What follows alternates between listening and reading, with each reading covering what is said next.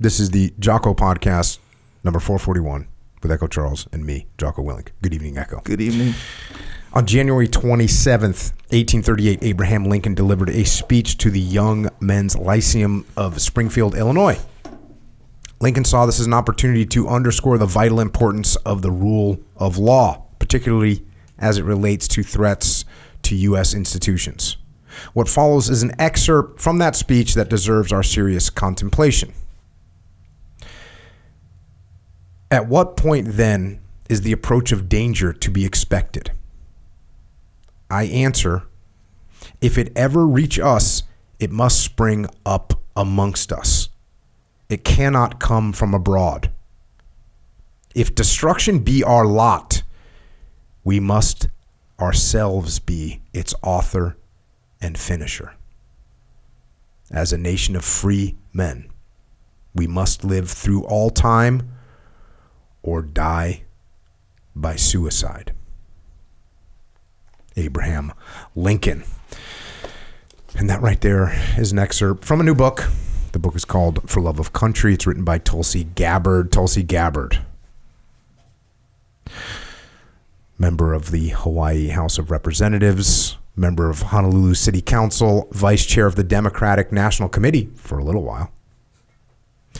She served 4 terms, that's 8 years, as U.S. representative for Hawaii's 2nd congressional district. She ran for president as a Democrat in 2020 presidential race, but she did not win her party's nomination, despite her experience and intelligence and proven leadership. They nominated someone else, a guy named Joe Biden. But she's still in the mix, and maybe she's even more in the mix right now than she ever has been before. She's been on this podcast a couple times in the past, 272 and 362. The first one is 5 hours long, and it covers her entire life in great detail. And now Tulsi, like a good leader, has, placed herself once again, it seems to me, at the point of friction with a lot of things. And what she does and why she does that, in my assessment, is so that she better understands what's happening, so she can learn from it. She can make assessments and calculate a way to move forward, which I think is a good plan for any human.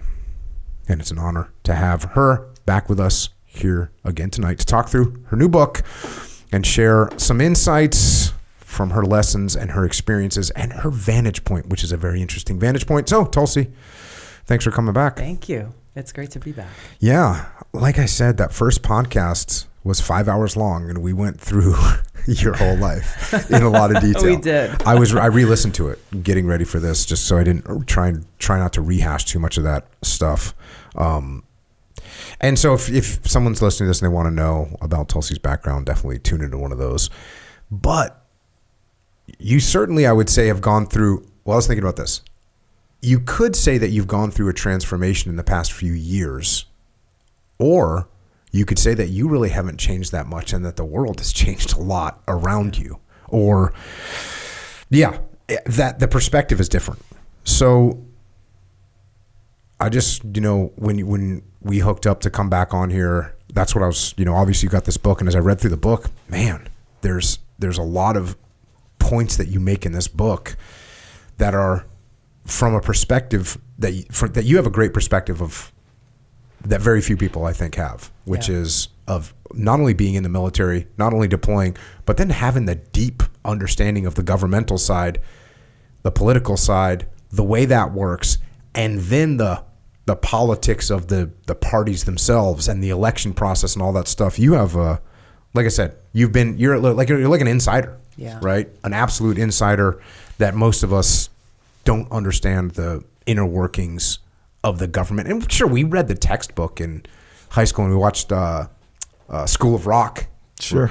Is that what it's called? School of Rock, where they're telling you how this is just a bill and all that stuff, right? So we all watched that. Yeah. Sure. But man, that doesn't tell you, there's no line in there that says there's a lot of slimy things that are going on. If only things actually worked in the way that the School of Rock described them, we'd be in a different place as a country. Oh man. So yeah,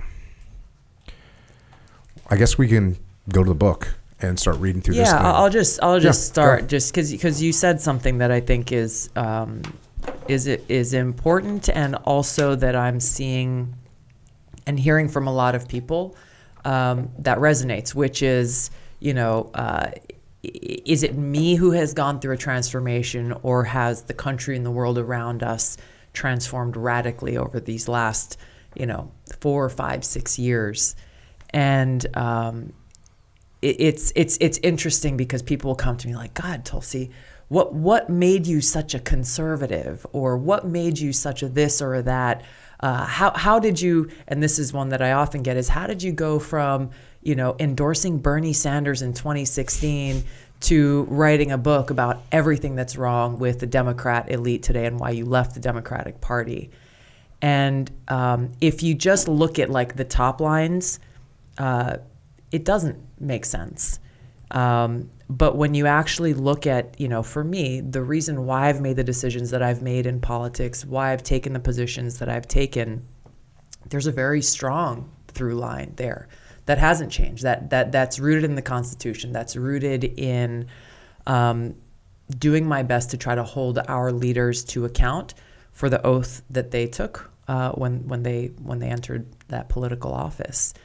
I was at an event with the Lincoln Club of Orange County last night, and this woman came up to me and she said, I just don't get it. I love you. I love everything you stand for. How in the world could you have supported Bernie Sanders? And I told her, I said, there was one reason why I resigned as vice chair of the DNC to endorse Bernie Sanders was because I knew then and know now that Hillary Clinton as president commander in chief would be the most dangerous thing for our country and for our troops, and for the cause of our ability to live in a peaceful, prosperous society. And so that was the way for me. Bernie Sanders has long been largely non-interventionist, and it was an opportunity for me to be able to expose Hillary Clinton for who she is and the threat that she would pose to our country's ability to live in a secure, free world, or secure, free country. And if you remember, that was at a time when she was running for president, and everyone on TV and the talking heads, not just her cronies in the Democratic Party, but you turn on TV and people are like, it is indisputable that Hillary Clinton is the most qualified person ever to run for president in our nation's history. And even then, I'm a Democrat in Congress. I'm vice chair of the DNC. I'm like, what in the world? In the entire history of our nation, she's the most qualified one? And then they never backed it up. Mm-hmm. It was a statement that was thrown out there and widely just accepted on its face by the Washington establishment. And because it was accepted on its face without any evidence or, here's why we believe this to be true, no one would challenge it, because you don't want to, in Washington, you don't want to be the one person standing out and being like, y'all are wrong. Like, where's your proof to support this pretty powerful statement in the history of the United States? And obviously it would point to all of her fancy titles. But the reason why I made that decision to endorse Bernie Sanders over Hillary Clinton and take advantage of that platform was because I talked about her record that proved my conclusion, which was how dangerous it would be as an American, for me, as a soldier, as a veteran, for us as the American people to allow her to be in this position. And so you look at, for me, you look at that decision there, and you look at where we stand today. I'll fast forward to 2020, mm-hmm. where my going on the presidential debate stage in that Democratic primary and simply saying, I love my country, was a controversial statement to make. Like, that's a radical right-wing conservative thing. Why are you doing that? And if you remember back then, there was actual news stories about like, oh, look at Trump. He has like 20 American flags on his stage. What's wrong with him? And, the Democrats had 2. It's just like, it's such a bizarre world to live in. And it's only gotten worse. Here we are in 2024. It's only gotten worse now, where, saluting the flag. The Kansas City Chiefs, what's his name? Butker. The speech that he just gave at Catholic University recently. Like his expression of his Catholic faith, speaking at a Catholic university's graduation ceremony, led to this huge uproar and people trying to cancel him. And then you look at who's the other guy? The guy who took I can't remember his name right now, but who kneeled. Kaepernick. And it's just obviously in how he was celebrated by the Democrat elite, and look at his bravery and look at his courage. And this kind of leads to the point where when we live in a country, and why I left the Democratic Party, we live in a country where having an American flag displayed at your home is seen as a conservative action or right-wing Republican action. That saying you love your country, that celebrating and saluting when the Star-Spangled Banner is played, standing up for free speech, whether you like the speech or not. All of these things are considered very, MAGA or Trumpian in this environment that we are in, and then those who are standing against that, the Democrat elite are claiming to defend free speech and save democracy, while their actions prove that they are doing the exact opposite of that. So yes, the country, the Democrat Party leadership has radically changed, certainly from the Democratic Party I joined over 20 years ago, but even over these last several years, the brazen abuse of power and their when I look at my years in Congress and look at the Democrats in Congress today, it's shocking to me how longtime leaders who were unafraid to step outside the party line, even while I was there, it's now total compliance, total conformity.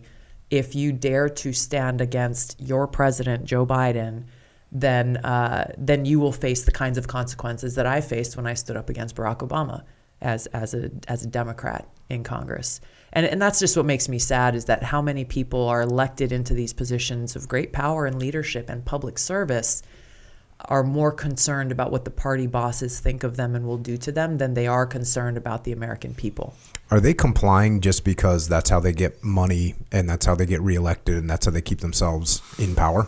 Is that the reason for complying? For some of them, that is certainly a part of it. Especially people who have, tough districts that are, that they got to spend a lot of money to try to win, and they're hard-fought districts. There's a few of them here in California like that.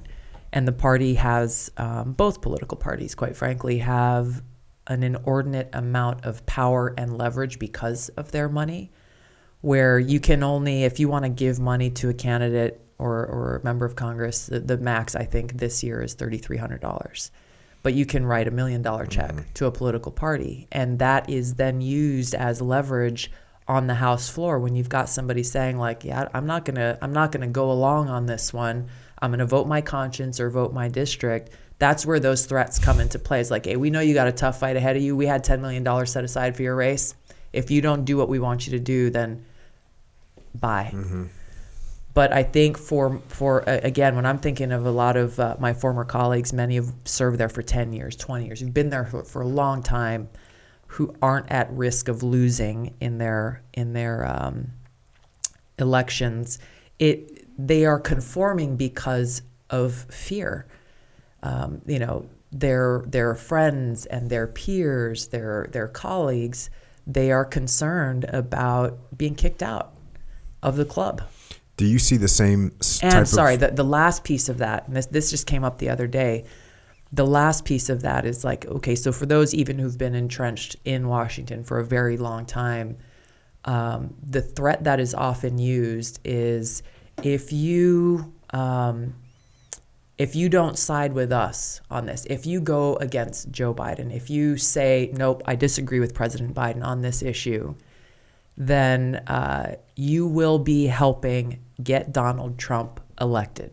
And that's like the ultimate, it doesn't even matter the substance of what it is or how much it might make sense or how insane the policy they're opposing might be. That is the threat that's used. Do you want to be responsible for getting Donald Trump elected? And that's where we've seen over these last years, and especially as we head into this election, that threat is working for too many, for all of them. Mm-hmm. Do you see the same level of flexing of power on the Republican side and the same level of compliance? No. The flexing and the threats, that's there. That's certainly there. But it's interesting that the Republican Party has become what the Democratic Party used to be. There's been like this flip-flop in roles where, it's become quite lively, and a lot of different personalities and a lot of people exerting their position. And I get asked sometimes from Republican operatives, like, tell us the secret of how the Democrats, like, what's their tactic that makes it so everybody just falls in line? Like, they're asking me because they want to try to use it on their side. But it's to me, it's a democracy is supposed to be messy and lively and robust with debate and disagreement, and especially not just in a partisan sense. And that's what our founders warned against, that hyper-partisanship would be the demise and destruction of a true representative democracy, which we've seen a lot of. But I think it's encouraging to see that the Republican Party, especially as we see in Congress, is it is becoming more and more of that big open tent party that you have people who have very strong disagreements on issues of great importance and actively have those debates both in their Republican conference meetings behind closed doors, but they get carried out in public as well. And I think it's more representative of the country and how people have different ideas and different views on things, and taking that Washington establishment position, and that it's really kind of pitted against the populist position in many cases, or the views of the people.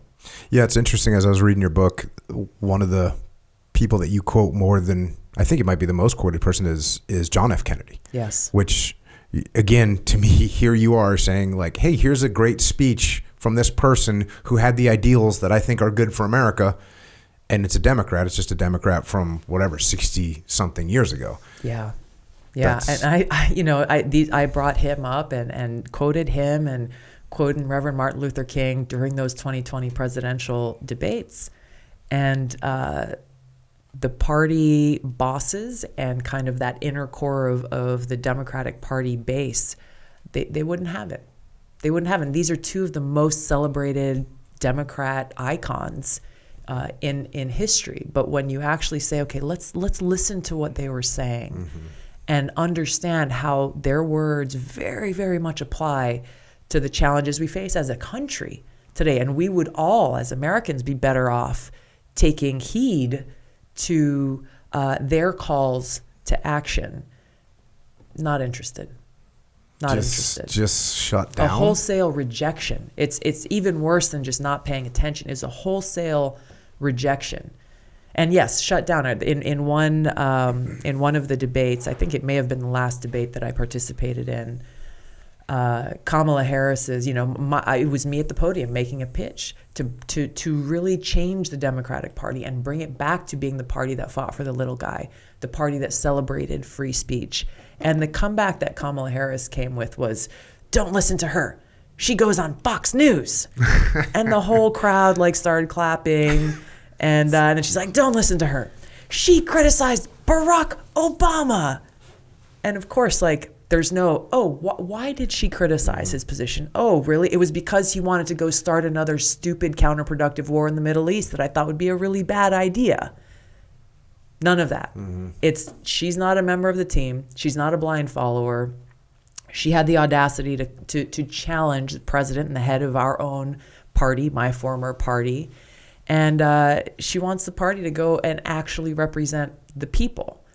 And that was it was such an eye-opening experience on so many levels, but it was very revealing about their mindset, their priorities, and the I'm talking about is the Democrat elite, which is distinct and different from Democrats who I hear from all the time across the country, people who still call themselves Democrats, but who hate what the party, the national party, is doing. As you're out the direction they're headed. As you're out there talking to people, are people come to that conclusions? The Democrats that you talk to, or a lot of them come to the conclusion that's not what we signed up for? Yeah, more and more. And it's not just people who are, retirees or people who've been I've been a Democrat for 40 years, 50 years. There's a woman I met in D.C. a few days ago.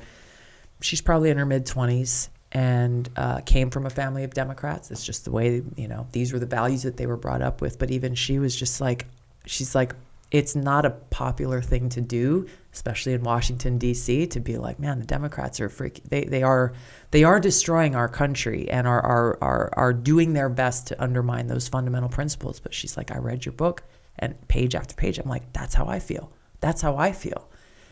And so, she's trying to share that with people in her friend circle and her family. Some are open to it, some aren't. But there are a lot of people out there who feel the same way that I do, and in their own way have been going through this similar journey, but are still too afraid to talk about it. I spoke in Boston maybe a weekend or two ago at a big 1,000 people, big event to raise money to support Gold Star families and to support veterans and to honor our fallen brothers and sisters. Wonderful, wonderful special event, amazing organization. What was really, the crux of my speech at this event was about how we honor those who have paid the ultimate price, not just on Memorial Day, but in the choices that we make in our everyday lives. And while we hear the phrase, freedom is not free, what are we doing? Whether you've served in uniform or you haven't served in uniform, what are we as Americans doing to defend our freedom? Because that's how we honor those who paid the ultimate price, by living up to and upholding those principles and those values.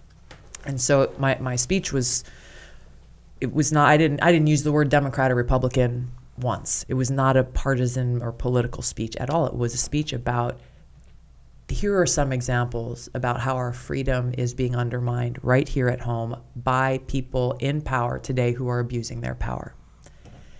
And with many of those examples, it was dead silence in the room. A couple of people would clap. And a guy came up to me after, older Vietnam veteran, and such a sweet, sweet person. He came up and he whispered into my ear and he said, I was moved to tears by the message that you shared. It really hit home. I was too afraid to clap at what you were saying because of, I don't know how that would be received by other people in this room. It really, it made me so sad to see a person like him who has seen the ugliness of war and lived through it and lost so much in so many ways to get to this point where he is today, and to feel that fear that has been created in our society that is leading to self-censorship and people being afraid just to celebrate freedom and understand what's really going on. That's why I'm, it's why I'm doing what I'm doing, because if I can in my own small way be that voice that can help embolden and inspire other people to know, number one, you're not alone. You're not alone. And number two, we can't afford to cower in the corner in fear because of that warning that Abraham Lincoln gave, so long ago. If we do that, we will allow this suicide of our country and our principles and our values to take place, and we will wake up in a world that the country that we love will be unrecognizable, and the freedoms that we cherish will be lost. Another big theme in your book is power, right? Yeah. Power. And I was, for a while when I was in the Navy, I was the admiral's aide. So the admiral that was in charge of all the SEALs, I would go around with them and set up the meetings and whatever, do what the admiral's aide does, right? And we used to go to the Pentagon all the time, probably twice a month we'd go to the Pentagon, and he'd have meetings with, the power players at the Pentagon, the SecDef, the Secretary of the Navy, and then politicians as well sometimes. But I remember, we were working with one individual, and he was a very high-ranking SES, right? And, this guy's we'd see him all the time, and he's working from very early in the morning till very late at night. And I don't know how much a senior SES makes financially. My guess would probably be something like $250,000 a year, something like that. And they make the most that any civilian can make in the government. So what would you say the top end of that is? Maybe $300,000 a year? Yeah. I mean, I don't know. I believe they are on par, not by salary, but by quote unquote rank with like a 2-star. Okay. I believe. So I'm looking at this guy. Yeah. And he's working all the time. And he's in charge of hundreds of millions of dollars and a lot of people inside of an organization. And I remember thinking to myself, he's doing all this for $300,000 a year. And I knew at the time that if you're out running a civilian business of equivalent size, it would be, he'd be making probably tens, if not hundreds of millions of dollars. Anyway, so I'm talking to the admiral that I work for. He's been on this podcast, by the way, Admiral McGuire. But, I was kind of talking to him and I said, when someone's in that position and why are they doing it? Yeah. Because at a certain point, okay, you've been here for 19 years. At what point I'm like, are they doing it because they just want to serve the country? And he just looks at me and says, power. And I was like, okay. And well said. Yeah, I thought to myself, oh, that's very interesting coming from the admiral. It's like, oh, this guy's doing this for power. Yeah. And it's weird how that, and maybe it's something, we all have an ego. We all want to do well. We all want to work hard. We want to see, be rewarded for our actions and all that stuff. But also it's like, bro, I just kind of want to go surfing and do jujitsu. There's a whole big part of me that just wants to go surfing and do jujitsu. And I'm totally good with whatever power is available. If I can go surfing and do jujitsu, I'm kind of more stoked to do that. And certainly if I was some guy working as an SES 14-hour days every day, I would probably say, oh, this isn't worth it. I'm going to go and get a job somewhere else and have more time and hang out. But if someone has that bend in their brain of seeking power, man, it really drives a lot of their actions. Yeah. And then when you get this sort of collective drive for power, when you have a whole group of people that are all trying to cling to power and get as much power and feed off of, if you've got power and I can come and get some of your power from you, I'm going to go do that. If I can do that by supporting you, cool. If I can do that by cutting you down, either way, I just want more power. Yeah. It's very, very disturbing. And I think it is a little bit hard for some people to understand what a driving force that is. I work with so many different companies all over the country at my consulting firm, and we work with construction companies, energy companies, and we work with the CEOs, but we also work with the frontline troops. And the frontline troops, they're out there, they're doing a good job, they're working hard, they want to do quality work, they want to take care of the customer. That's what they're focused on. Yeah. And so that's a lot of normal people. I think there's a little bit of a gap in understanding how intoxicating and addictive power can be for people. And that's why it's such a huge thread in your book, this quest for power. And I think a lot of people might shrug that off, like, oh, sort of, what does that mean? But I'm telling you, it is an intrinsic drive. What do they call it? Dogs, certain good working dogs, they have a prey drive. They call it prey drive. And it's, if you have a good working dog, it has a very high prey drive. It wants to attack. That's a good working dog. It's not a good family dog, but it's a good working dog. They call it prey drive. And sometimes they have food drive, or it's like those kind of things, but prey drive, it's instinct and they can't turn it off. They're going to be that way. Right. And that's when I was reading your book, I was thinking about power in terms of prey drive. There's some people where the way that they're getting their gratification in life is through getting power. Yeah. It usurps everything. It usurps their want to be happy, their want to make money, unless money is conjoined with power, which sometimes it is. But yeah, in politics it's not. I mean, right. Normally. Right. It shouldn't be. It shouldn't be. But people can flex that. Yeah. They get the same amount of flex. You might be the CEO of a big company, but I'm in this position of power and I can do these things.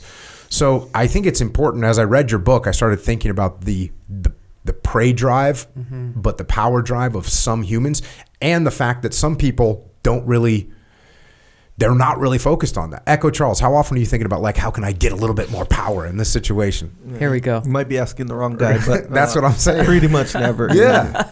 I would say you're maybe a little bit below par for seeking power. Sure. That's a compliment, Yeah. Echo. Okay. Yeah. All right, we'll take it. You know, you're not, you know, you and I have been through, you know, we have businesses, and we've definitely been in situations where a power dynamic developed between, you know, with us working with someone else or whatever, just and your position in the power dynamic has always been kind of like, oh, okay, you know, I'm all right with it.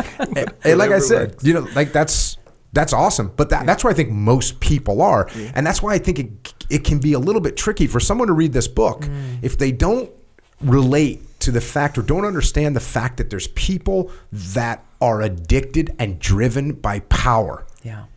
And that's how they operate. And if you can't understand that, you're going to have a hard time understanding.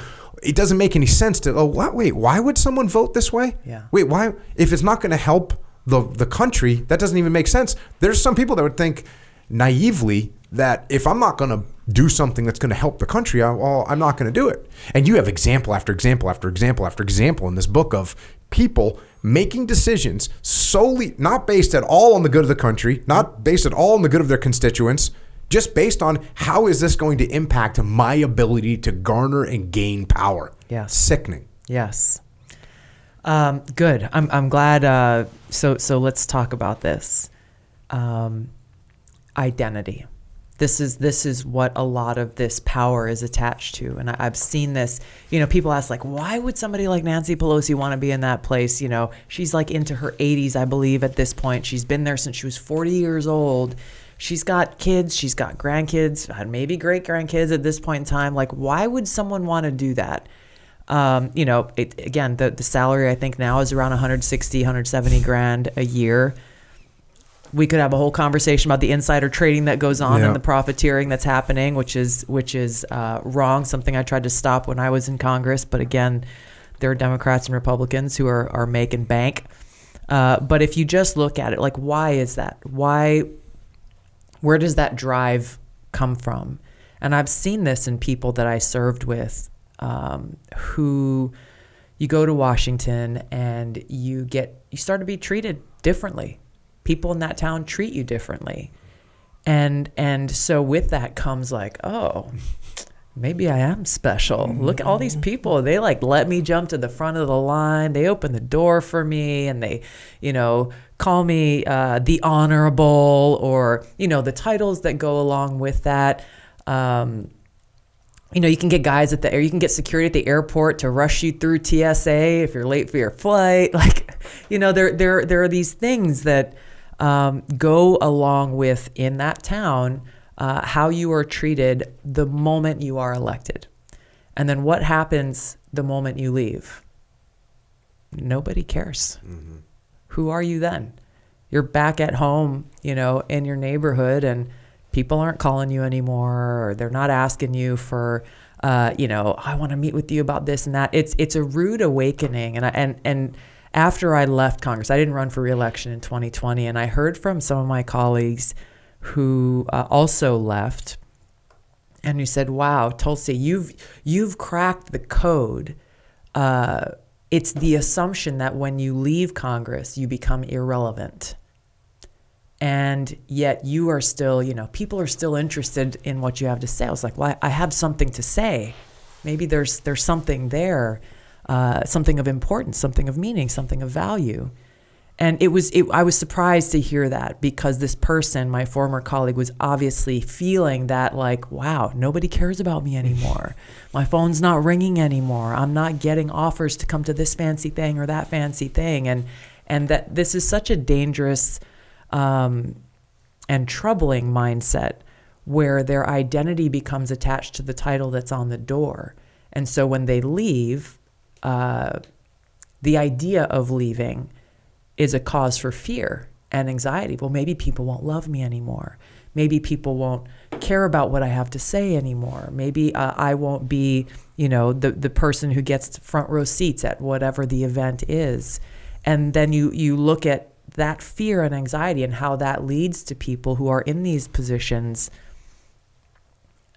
doing anything and everything to stay there, and being willing to compromise basic principles and integrity and values because they are driven by fear of loss of that identity, rather than being driven by that hunger for actually making a positive impact, of being of service, actually fulfilling the responsibility that your voters sent you there to fulfill. And so that's where, power, what is power?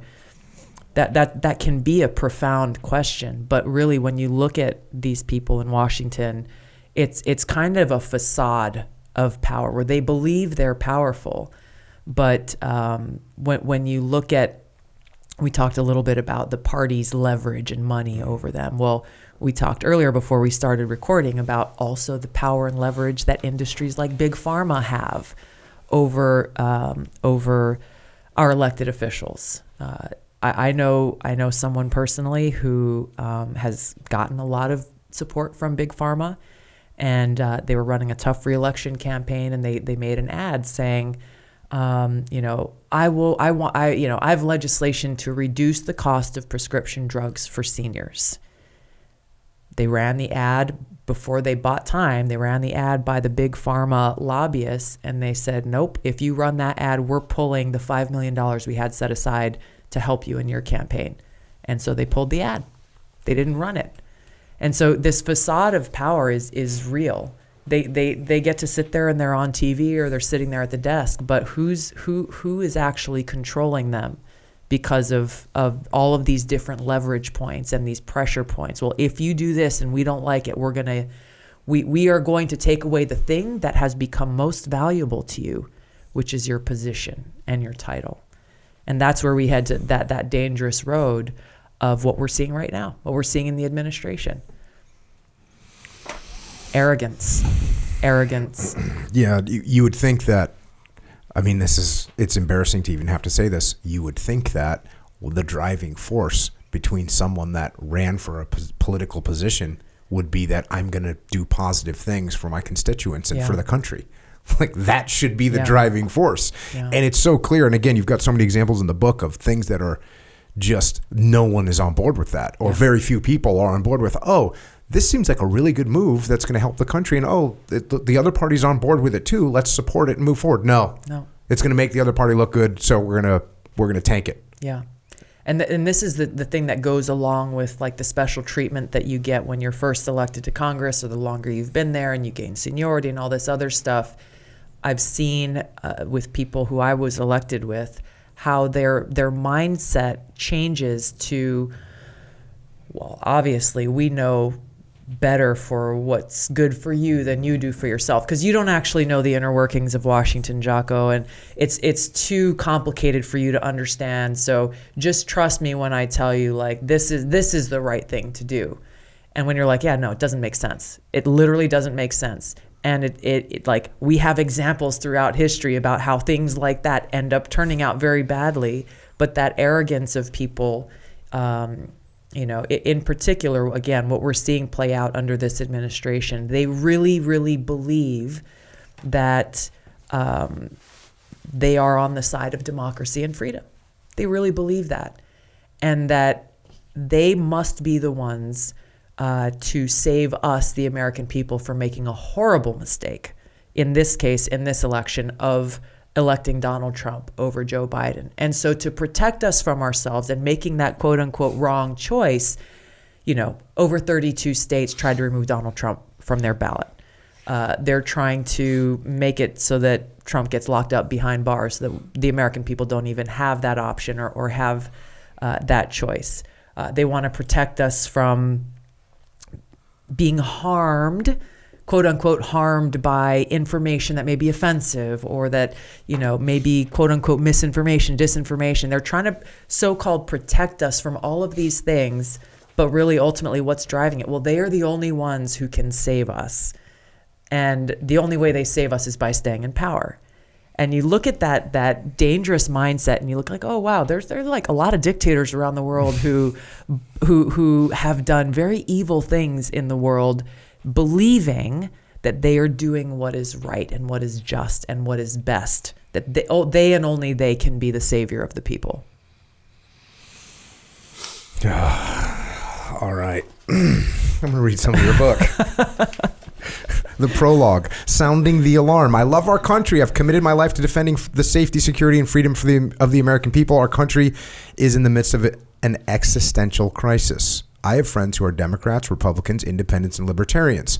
I have nothing but respect for all of them. Some work in the field of politics, but most do not. This book is not being written out of spite or animosity toward anyone because of their political affiliation. My message to you is an urgent warning. Those in control of today's Democrat Party and permanent Washington are leading us down a very dangerous path that threatens our freedom, democracy, and ability to thrive in a peaceful, prosperous country. That's the opening. Coming out of the gate swinging. Are you paying attention? You came out of the gate. I will say, when I read that, I was like, okay, this is going to be a very straightforward assessment of what's going on. And, you specifically say the Democrat Party and permanent Washington. Permanent Washington, there's permanent Washington that's Republican, there's permanent Washington that are conservative, there's permanent Washington that are liberal, there's permanent Washington that are Democrats, but you call it the Democrat Party. Is that because that's what you were in and that's what you saw? Or do you see a difference? And we kind of already touched on this, but do you see an actual difference between the Democrat establishment and the Republican establishment? Two things. First, I got some notes when I put out the book cover before the book actually came out, and I got some notes from some supporters of mine who were being very helpful, saying, hey, you got a typo on the book, on your book cover. It's supposed to be Democratic Party, but you forgot those last couple of letters there. I was very intentional in using that term because, unfortunately, this party that I used to belong to is not democratic in practice, in execution, in reality at all. And I think that that's an important point to make.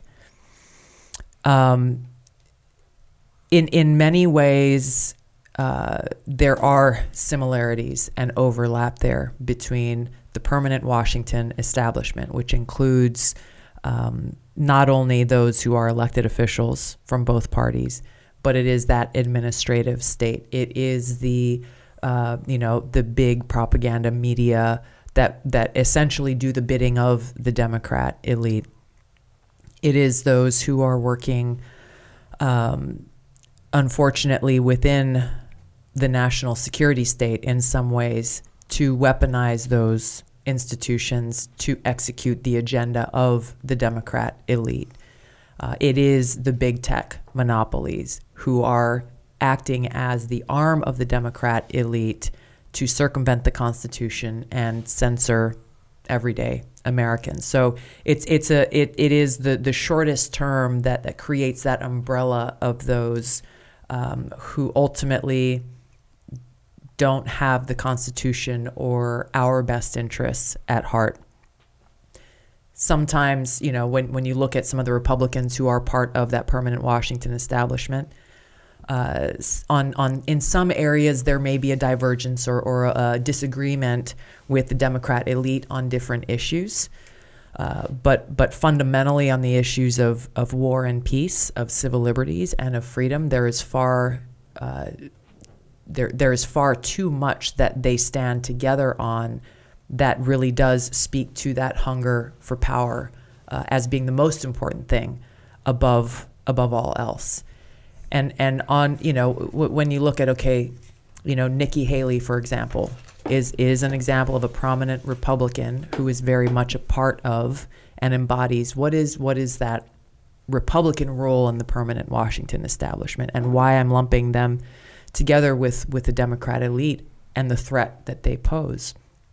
She talks about, towards the end of her campaign for president in the primary this year, she talked about how, she would bring back, and Mike Pence did the same. They talked about the norms. We have to protect the norms. And they use this argument as their fuel as to why their path for the Republican Party is superior to the path that Donald Trump has taken and the kind of leadership that he brings. We have to protect the norms, we have to protect the institutions. But the thing is,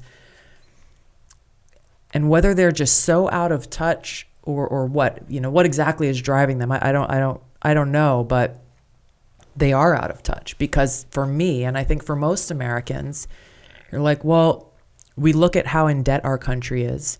We look at how, under this administration and others in the past, how the quote unquote norms in foreign policy have gotten us into a worse place from a national security standpoint, has made us less safe and secure. You look at our economy, you look at inflation, you look at, big government overreach in so many parts of our lives, a violation of civil liberties. If those are the norms you're talking about, and they are the norms they're talking about, no, we should not protect those norms. Those norms go against the interests in every respect of the American people.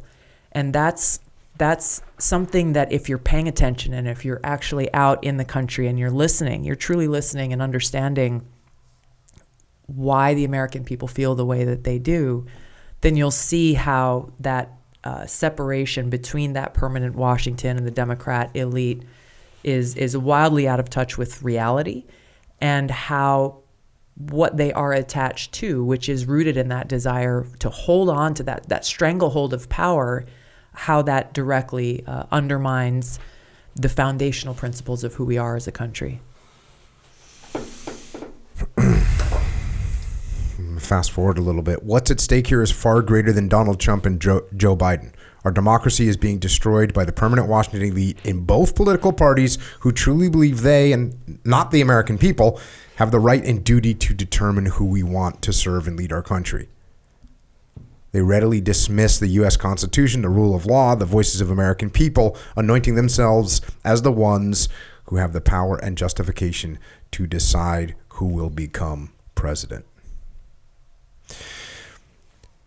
Give me an example of a human that's part of the Washington elite that you're talking about. Just, a random example of one of these people that's been there for 17 years and what their little daily things and what they're controlling and touching.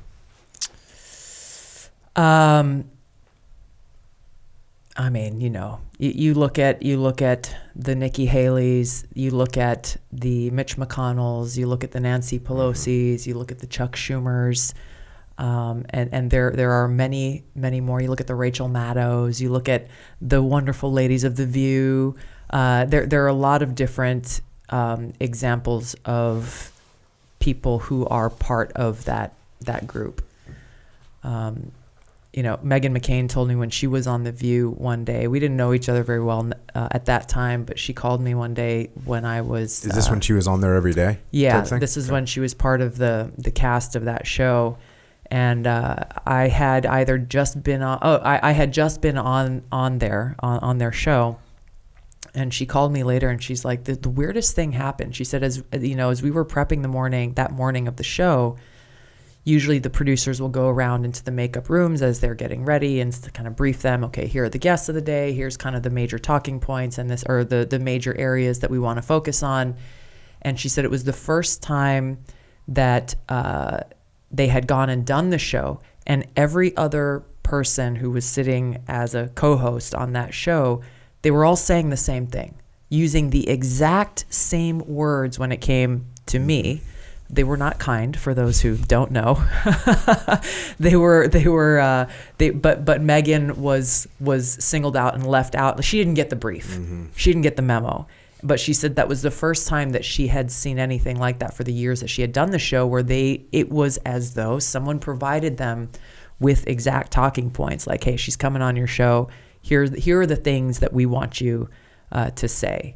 And so when we talk about this, Washington elite, the tentacles spread out very far, and you can once you actually start paying attention, I think a lot more people are in the country now maybe than they have been over the last several years. You start to see that that common thread and that connection. Like, wait, how come all these people are saying the same thing? How come nobody's questioning what they're actually saying? You ever seen those videos where they have like a newscaster talking somewhere in Nebraska, and then they put another one, and it's everyone saying the same thing?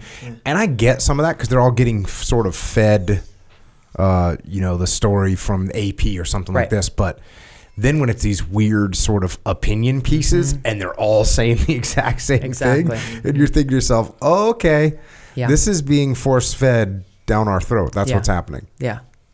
And that's so the Washington elite has their fingers and their tentacles out there in the media. That's what we're hearing. That's what we're getting programmed with.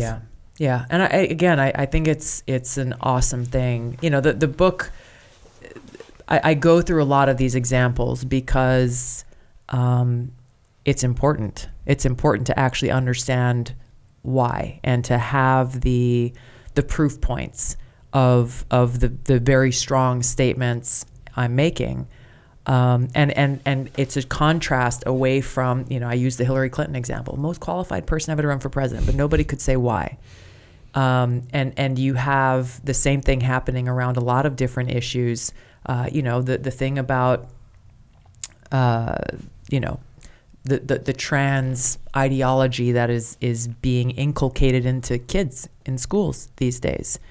And every time you bring up, there are actual real biological differences between boys and girls and men and women. And you bring that up to these people in Washington, they don't counter with, well, actually, no, you're wrong, and here's why you're wrong, and here's the data that backs it up. Like their counter argument is like, there's only a couple of people who are being impacted by this, and it's not worth our time to pay attention to. The more important thing is inclusivity and yada, yada, yada, but not actually acknowledging like, well, you are people who claim to care about women and equal and fair rights and treatment and a level playing field.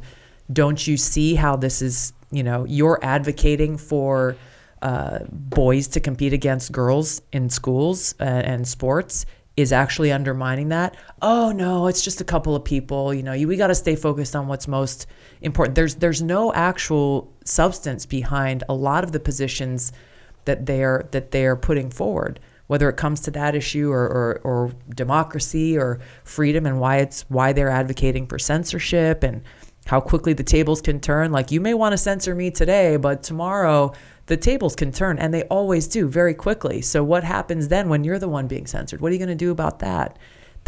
None of that is there. And instead of countering with any kind of substance, it's just like, oh, well, you're a transphobe. You're an Islamophobe. You're a traitor. You love Russia. You're a Putin puppet. Like all of these, like you're a racist, sexist, misogynist, all of the names that they toss out to people. And I've literally been called all of them,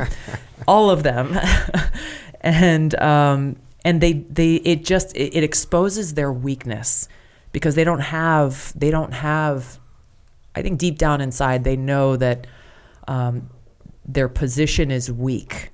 And that if they really were to engage in a substantive dialogue of one person's views versus another's that goes beyond the soundbite, then they would be exposed in that weak position, and they know that they'd lose. So they resort to the fear mongering of like, well, you can't trust that person because, X, Y, or Z, or this name or that name. And the sad part is that I've experienced how effective it is. That's why they do it. How long did it take you to not get angry when you'd see? I mean, I still will see in a comment of something of yours like, oh, she's a Russian asset. I mean, I'll see that right now. Yep. So these people just lie about you. And well, like, what was that experience like? At first, were you did you think this can't be happening? This is ridiculous. And then what was your phases of acceptance of these complete lies being told about you? The whole Russian asset thing, my literal first response, because I read about it while I was on a plane, I laughed. Yeah. because it's so bizarre. Ridiculous. Yeah. It's just like, okay, this has got to be a joke. I laughed, but then between the time that I was on the plane and the plane landed, I started to see what the responses were, and that this was a statement made by Hillary Clinton. That when I landed, I was running for president, and I was going straight from the airport to an event, and I got word like all these like ABC, NBC, CBS, like they want to ask you about like, are you kidding me? You serious? Like, so they are taking this very seriously. And once again, like with so many other things, she did this in a podcast with David Plouffe. He didn't ask, and no one asked after that, like, what's the basis of this? Mm-hmm. What evidence do you have? Because I can show you, like, you know, she's got a top secret clearance through the military. She serves on the Armed Services Committee in Congress. They're not blocking her access to go to classified briefings on some of the biggest security threats that we face. And like, okay, that's in one column. So show me yours. What's your proof? What's your evidence? What's your backing? And nobody ever even asked for it. Mitt Romney, just while I'm thinking of it, more recently, he after Russia invaded Ukraine and that whole war kicked off, one of the statements that I made was that in the wake of this COVID outbreak, we should acknowledge the fact that there are many DoD-funded biolabs in Ukraine. We should make sure that those are either shut down or, you know, secured, protected, somehow, yeah. Secured, because, you know, it's an active war zone. And the last thing that anyone should want is another kind of global outbreak to occur. And this, you know, my source of information for this was DOD.gov, which I cited. Toria Nuland from the State Department said in an open U.S. Senate hearing many of the same things, like, yes, we are concerned about these biolabs and we are starting to look at taking steps, yada, yada, yada. Mitt Romney put out a tweet, former U.S., or he is still in the U.S. Senate, he's leaving, but he put out a tweet saying Tulsi Gabbard's a treasonous liar for saying this. And she's just a asset of whatever it was, the full thing. I talked to my lawyers, and I sent him a cease and desist letter and said, if this is what you truly believe, you are in a position of great power and influence, and you should follow this through with actions, because what you're accusing me of in the Uniform Code of Military Justice, mm-hmm. Yeah, we can execute you. You should exactly. Yeah. So back it up. You throw this statement out, back it up. And obviously, crickets. Heard nothing back from him privately or publicly. But it again, you know, I mean, it reveals. And so you say, okay, well, who are the figures of the permanent Washington establishment? Mm-hmm. Hillary Clinton and Mitt Romney are kind of at the leading edge of that. The thing, you know, the phases of my own. As a human, as a person, response to this was what was that? It was just like, this has got to be a joke, to then recognizing, well, this is a very, very serious thing because people are taking them seriously, and that no one was questioning it, and therefore it was having the desired effect, which was planting that seed of doubt and suspicion in people's minds that, oh, well, you know, I really like Tulsi Gabbard, but can we really trust her? And that was what was very hurtful to me, was seeing and experiencing the effect that it was having on people, and also knowing that the reason why they did this was to make it so that others who were considering or who dared to speak up and challenge their position would be, at a minimum, think twice about it, but in reality would likely take a step back and be like, you know what, it's not worth it. It's not worth it. Whether it's in the political realm or maybe in their jobs or in their friends or their families, they saw how I was treated and how far they were willing to go to try to undermine my credibility and smear my character, that people are thinking like, it's not worth it to me to go through that. It's that was really the biggest thing that made me most sad about this. Yeah, and there's really no countermeasures that you could take. You can't put it back in the bottle type scenario. No, and like you said, we're years down the road from this, and it's still, I think, in probably every single post that I have on social media, there's at least one. And you know, the on the positive side of this, we've seen how they use the Russia counter to just about everything that they don't want to respond to, whether it has to do with foreign policy or domestic policy, or it almost doesn't even matter. It's like, oh, well, you know, this is Putin's fault or it's Russia's fault. Like, why people are questioning, you know, decisions being made by the Department of Education in our country. Well, this is just Russian propaganda. Like, no, this is you guys, like, not doing your job. And people are seeing it. So I think that's, if there's a positive that could come from this, is they have become so prolific in using these smear tactics and using the same ones over and over, that more and more people are waking up to it and being like, "Are you guys full of shit?" Yeah, I think that's probably the way that it eventually dies down, is people are like, "Oh yeah, that's just freaking gossip from the other side, and that's what's happening." Yeah, and I think too, you know, that whole Russia, and I might not be right about this, but that may work amongst a certain generation that lived through the old Cold War. Yeah, and you look at you know, kind of a younger generation of Americans that don't have that same, I don't know, memory or attachment to what that experience was like. And there's like, wait, what? Russia? What's Russia got to do with like our economy? Like, I don't get it. Check. You got a section in here, which I thought is, it's called "Is Today the Day?" I thought that might have been an alternative, title for the book. Is Today the Day? Because it's a powerful piece. You say, as we unloaded the aircraft on that January morning in 2005, the air was brisk and cold. We moved through a brief administrative processing and found the tents we would be staying in. I was assigned to an Army GP medium tent with 18 other women, each of us quickly finding a spot to drop our bags and set up our cots. It was late and I was tired. I curled up in my sleeping bag, rifle by my side, body armor within arm's reach. Within a few hours, we heard sirens sounding, warnings of an incoming mortar attack. We threw on our gear, grabbed our rifles, and ran out to the cement bunker. I don't know how much protection it gave us, but this would end up being an almost daily occurrence for the 12 months we were there. The next morning, I went for a walk around camp. That would be home for the next year. When I came to the North Gate, one of the busiest for our security patrols, I saw a sign that stopped me in my tracks. It read in big bold letters, "Is Today the Day?"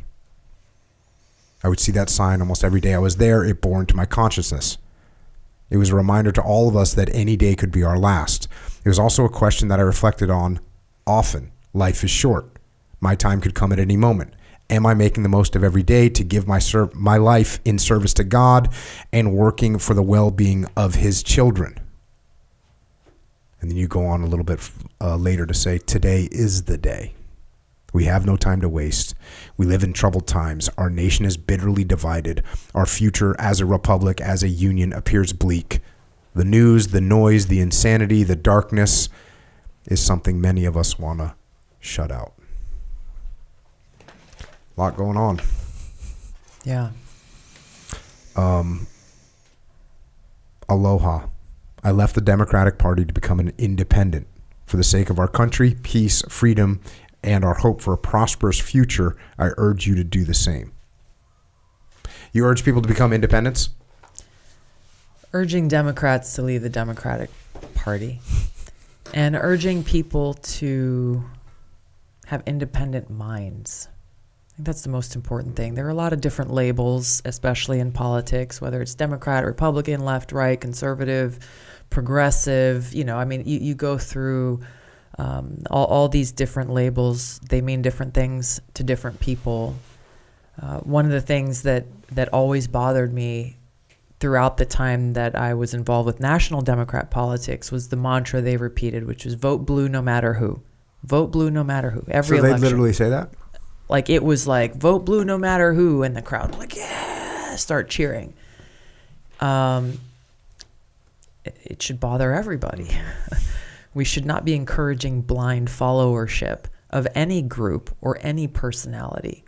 We should be independent-minded people. We should be critical thinkers. We should always recognize our responsibility to hold leaders accountable. I'm grateful to my parents for instilling this in us as kids. I'm the fourth of 5 kids. We were homeschooled, and my parents encouraged us to, if ask a question like, well, maybe I'm thinking about doing this. Like, okay, walk us through. What's your thought process? If you choose this path or if you choose this path, ultimately it's your decision.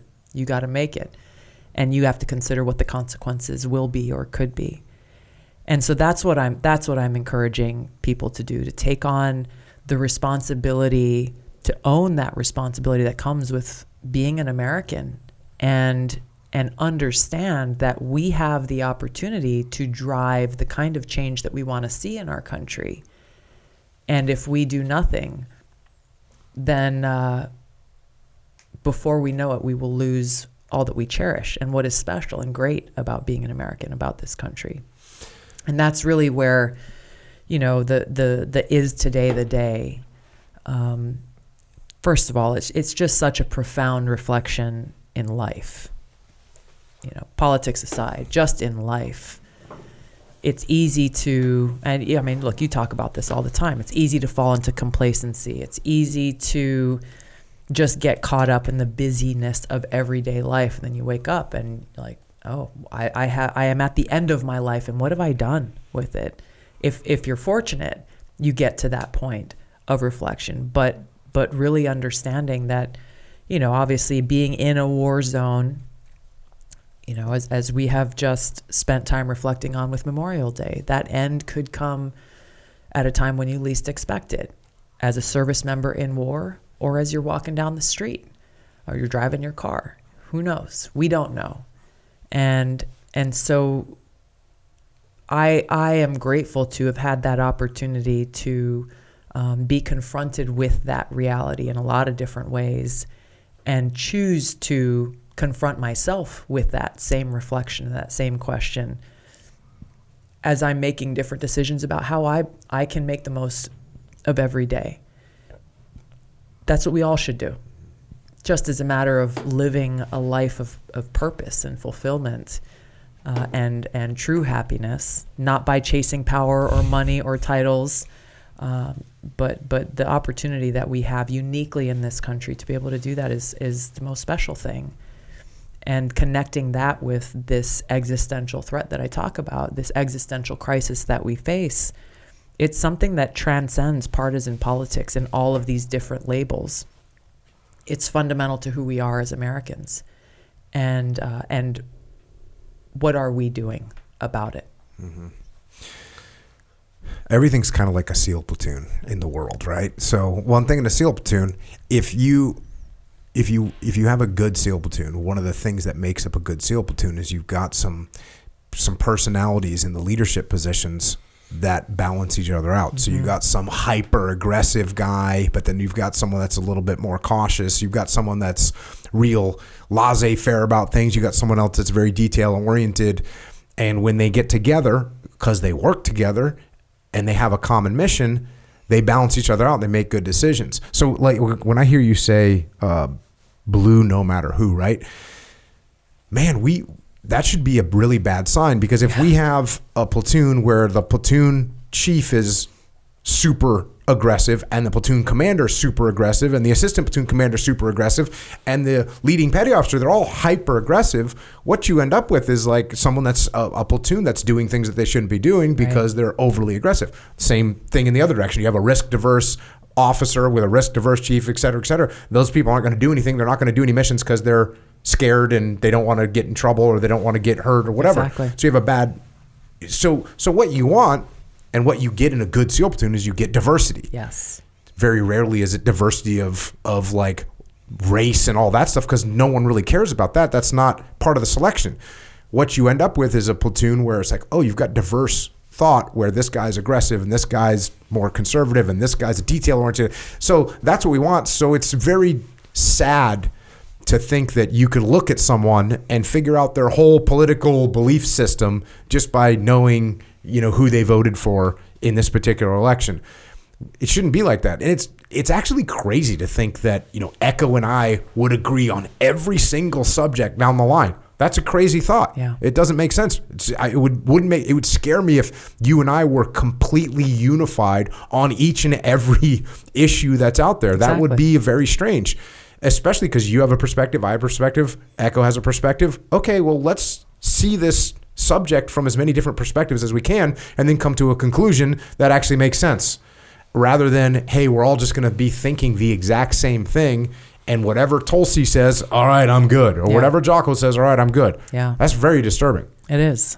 It's, I'm still in the Army Reserve, and I just left one battalion command. I'm about to take another one that I'm grateful for, but that was something that I made clear to both the command team, my sergeant major and the staff that's around me, but also to my company commanders and the first sergeants is, I want you to come and tell me, like, hey, here's where I see problems in the plan that you're putting forward, or here's where I see opportunities to do something better.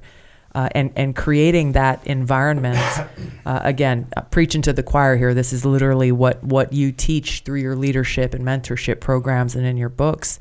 And knowing, like, I got no problem if you tell me, like, hey, Tulsi, here's where you're wrong and here's why. And you have helped me, and I'm grateful for you to tell me that. I don't feel like, oh, why are you attacking me, Jocko? You know what I mean? Or it's just like, okay, got it. I hear you and I understand where you're coming from, but here's why I believe that, your position is flawed in these ways. And this is what makes a healthy democracy and a healthy society, is when we can have these conversations. I had a conversation with a woman exactly like this last night, where, she's not buying what I'm selling in my message in this book. And my point to her was, like, it's cool. We can disagree and we can have this conversation. The reality that we're facing now, though, is that the current administration, the leaders of the Democratic elite, of the National Democratic Party, they are taking us to a place where we can't have this conversation in public or even in a private setting without being concerned about what the consequences of that may be. And that's really what's at the heart of my, you look at everything that's been happening over these last 3.5 years, just undeniable, egregious abuses of power, undermining of free speech, fundamentally. If they're allowed to stay in power, we're going to see everything that's already happened amp up on steroids, because they will go around the country and say, look, the American people have given us a mandate. You have said what we are doing is right and you want more of it. And so we think it's bad now. If they're allowed to continue, it's going to get to a place, again, and I sound like a broken record, but because it's true, we're going to get to a place where any semblance of freedom of speech will be gone. It'll be gone. And so when we look at, the opportunity, again, I think it's important for us to maintain hope. The opportunity that we have is to encourage people and to ourselves. Have those conversations with people who may not be in your natural circle, or you may not feel totally comfortable that you're automatically going to get a pat on the back. I've had so many of these conversations over all the years that I've been involved with politics, both with people in Hawaii as well as people across the country as I was campaigning for president. People who came at me, ready for, hungering for a fight. Like, let's go. I know that I'm going to defeat you on this issue or that issue or whatever. And I can't think of a single engagement that I've had like that, where we both didn't walk away feeling, first of all, with a hug, and a sense of appreciation for each other. Not because all of a sudden we agreed, but walking away with a sense of appreciation for that exchange. Mm-hmm. And it's a beautiful thing. But unfortunately, we're living at a time where people are afraid to do that. And at an everyday level. But at the highest levels, it's just not allowed. In the Democrat elite, again, we talked about the Republican Party. They got a lot of that going on, which is, I think, is a good thing. But even then, you know, there's so much of the name calling and the smears that go on against people that you disagree with, and it's counterproductive. Yeah, if you can't put your ego in check when you're having a conversation about anything, and be like, oh, Tulsi has a perspective on this. Maybe I should just listen to what she has to say and try and see where she's seeing it from and what her perspective is. The other thing that makes me a little bit nervous, and I'm way more optimistic than you are. I'm sorry to tell you. I'm like Mr. Glass half full over here. I'm always thinking we're going to win because we're America. But one thing that does make me a little nervous is you talk about this free speech thing, and how these, you know, free speech starts getting more and more narrow, mm-hmm. and more controlled. And man, I think about COVID and the reaction. I would have thought the reaction of America would have been different than it was. Yeah. Right. There was a lot of compliance, and I got it. And, you know, in the beginning, it's like, oh, okay, you know, we don't really know what's happening. And people, I think by and large, the American people are kind and compassionate people. And so when someone tells you like, hey, we have this global pandemic, mm-hmm. and we got to try to make sure we take care of each other, and you know, we're trying to help people, and that was what I saw was people like, okay, well, if I've got to sacrifice a little bit in order to help protect my neighbor or my coworker. Right. Yeah, but then that lasted for a really, really long time. It went a little wild.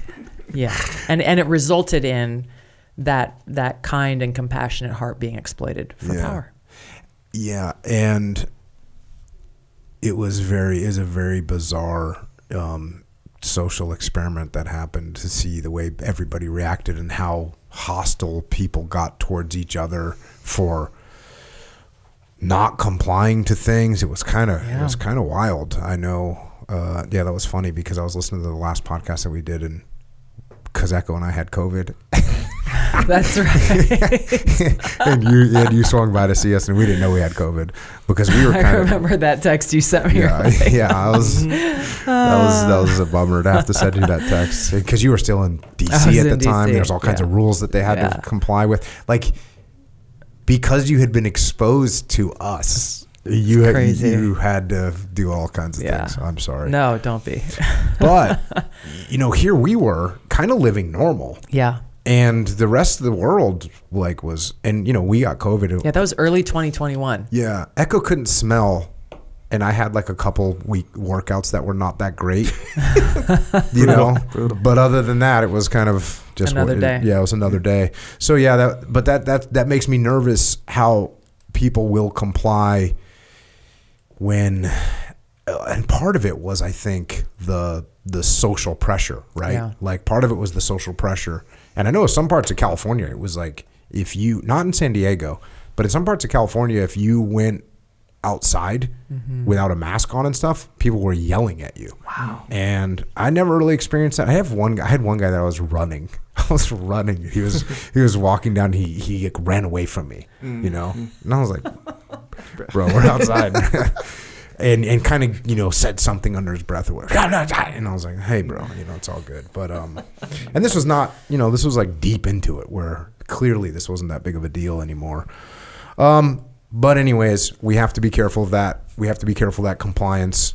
We have to pay attention to the way that Americans react to things because it might not be what I think, which is, man, we're Americans. Yeah. And we should be a little bit hard to control. Shouldn't be just getting in line with everything that gets said. And I think that the COVID thing definitely cost the government a huge amount of trust. Yes. I mean, I know people that lost a lot of trust for the government. I know people that didn't trust the government very much to start with, and now it's just completely gone. Definitely. And I know that people that trusted the government a lot, and now it's trusting it a lot less. Yeah. And yeah, the post-mortem on this whole thing has not been good for the government either. No. And it seems to be getting worse all the time. Yeah. There's been no, there's been no accountability. But there's also been no like, hey guys, we were wrong. Yeah. We were wrong. Yeah. I talked about that quite a bit of when COVID was happening, like during the pandemic, instead of saying, hey, we were wrong about this, stop doing it, or we were wrong about this, don't do this, or hey, we've moved in the wrong direction, we're going back. No one ever said that one time. No one ever said that one time. So, and they doubled down. I remember as some of that started to be exposed, rather than just saying that, like, yeah, this is new. We were navigating our way through. We made some wrong decisions. We're going to course correct. It was almost like the reaction was defensive. We're going to double down and make it even worse. Yeah, that's one thing I tell leaders is you don't want to paint yourself into a corner, right? You don't want to say like, this is what we're doing and I know it's 100% going to work. No, even in combat, you want to be like, hey, this is the strategy we're going to take. Here's the moves we're going to make. Yeah. This is what I think the outcome is going to be, but I could be wrong. Right. And if I'm right, cool, we'll keep going. If I'm wrong, we'll move in a different direction. But man, the ego that we have where it's like, this is what we're doing and it's going to work. You shouldn't put yourself in that position because then it makes you even harder to say, I was actually wrong about that. Yeah. Whereas if you say, hey, this is what I see right now. This is what I think we should do. Here's the direction we're going to move. We'll do an assessment in 2 weeks and see where we're at. Yeah. But there was none of that. There was no ownership at all of what was happening. This is prevalent, too prevalent in our many political leaders who, I remember within the first few months of being in Congress, me and one of my Republican colleagues, we started working on Obamacare had just passed. I was elected in 2012. It was passed in 2010. And we started saying, okay, well, we've heard from small business owners, for example, of how damaging Obamacare has been to their ability just to stay in business, what to speak of actually care for their employees. There were some very easy fixes that could have helped to improve that program and legislation. And so we're like, all right, like who can be opposed to this? Like we're actually doing something that's constructive. It'll solve problems. It'll help small businesses. And so we put it forward, and separately to both Democrat and Republican leadership, there was no interest in pursuing this legislation. And on the Democrat side, it was, and this is not verbatim, but this was kind of the read between the lines. There was no interest in pursuing that legislation because then they would have to admit that Obamacare maybe wasn't as great as they sold it to be. And on the Republican side, it was no interest in pursuing it because the worse Obamacare is, the more ammunition they will have to campaign against Democrats and raise money and win elections. And this is part of the problem. And this kind of goes to the heart of what I hope people take away from my book, which is that when people put their own self-interest or the interest of their party ahead of the interests of the country and ahead of the interests of the American people, we end up in the position that we are in, which is why, again, I bring it back to this election because it is such a critical one, which is why you have the Hillary Clintons and Mitt Romneys of the world so terrified of Donald Trump because say whatever you want about him, he is not an establishment guy.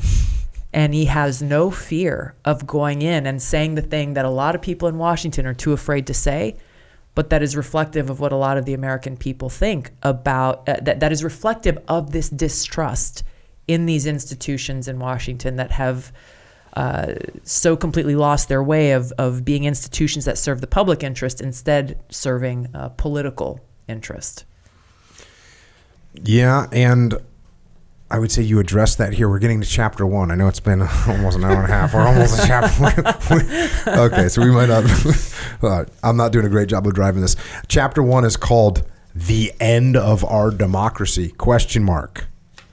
And this is where you start talking about this is the birth of the big hoax. And this you talk about the. For months before the 2016 election, many of my former Democratic colleagues had been breathlessly claiming that Donald Trump was the most racist, unqualified, vile person who'd ever sought office of the presidency. To create suspicion in the minds of the American people about him, they invented a conspiracy theory that he was colluding. And you did put that word in quotes, which is kind of funny because that word colluding got just so much traction, right? With the Russians to win the election. Hillary Clinton used a similar tactic against me when I ran for president. You already talked about that. I forgot that she said you were groomed by the Russians. Leading Democrats asserted with great confidence that this theory about Trump was true and that it was only a matter of time before evidence was revealed. The fact that there was no evidence didn't stop every mainstream media organization in the country from referring to Russia collusion as if it were a matter of settled fact. On October 31st, 2016, for instance, the website Slate posted a story claiming that Donald Trump had improper ties to Alpha Bank, one of the most powerful financial institutions in Russia. The problem, none of it was true. As the world learned in May 2022, the story was nothing more than a piece of opposition research planted by the Hillary Clinton campaign. According to sworn testimony provided by Robbie Mook, who managed the Clinton campaign, Hillary Clinton had overseen a plan to take this fake story, alert the FBI about it, and plan it with a friendly journalist to sow confusion and suspicion about Donald Trump's relationships with Russia. The Wall Street Journal summarized the revelations saying that, quote, the Clinton campaign created the Trump Alpha allegation, fed it to a credulous press that failed to confirm the allegations, but ran with them anyways, then promoted the story as if it were legitimate news. The campaign also delivered the claims to the FBI, giving journalists another excuse to portray the accusations as serious and perhaps true, end quote. This process of creating fake news, planning it with the deep state, and handing it over to the media to repeat and amplify has played itself out over and over again. The whole point is to mislead the American people and discourage them from voting for Trump. This is what happened with the infamous Steele dossier, a packet of opposition research put together by British spy for hire Christopher Steele, which contained lurid accusations about Russian prostitutes urinating on a bed while Donald Trump watched, among other disgusting things. For years, these absurd lies were treated with the utmost seriousness, and not just by the Clinton campaign and other top Democrats. It was used to obtain a FISA warrant to illegally surveil Carter Page, an American citizen, even though the FBI knew full well that it was a shoddy piece of political opposition research. It was revealed publicly that this dossier was nothing more than gossip and rumor from a former associate of Steele's, and yet no one involved in creating the dossier or spreading it was held to account. No apologies or corrections were made by politicians or their friends in the propaganda media who repeated the lie. The unfortunate reality is that these dirty tactics used by Hillary Clinton, Biden, and the DNC, working hand in glove with their cabal of powerful partners, mainstream media, big tech, and the national security state, are very effective. These tactics actually work, which is why they keep using them. To this day, most Democrats still believe that Donald Trump and his campaign colluded with Vladimir Putin to win the 2016 election, even though we know for a fact that this was Clinton campaign disinformation. So wild. There's a video that's I've seen circulate around social media a few times now with Nancy Pelosi standing at a podium speaking to the media about the wraparound lie tactic, which is exactly what I'm explaining here. And what's explain the wraparound lie. So it is where you and I haven't seen like what the context was that caused her to make this statement, but she's very clearly explaining from start to finish this tactic that works, where you say something about a person that is not true, or about an issue that is not true. You know it's not true.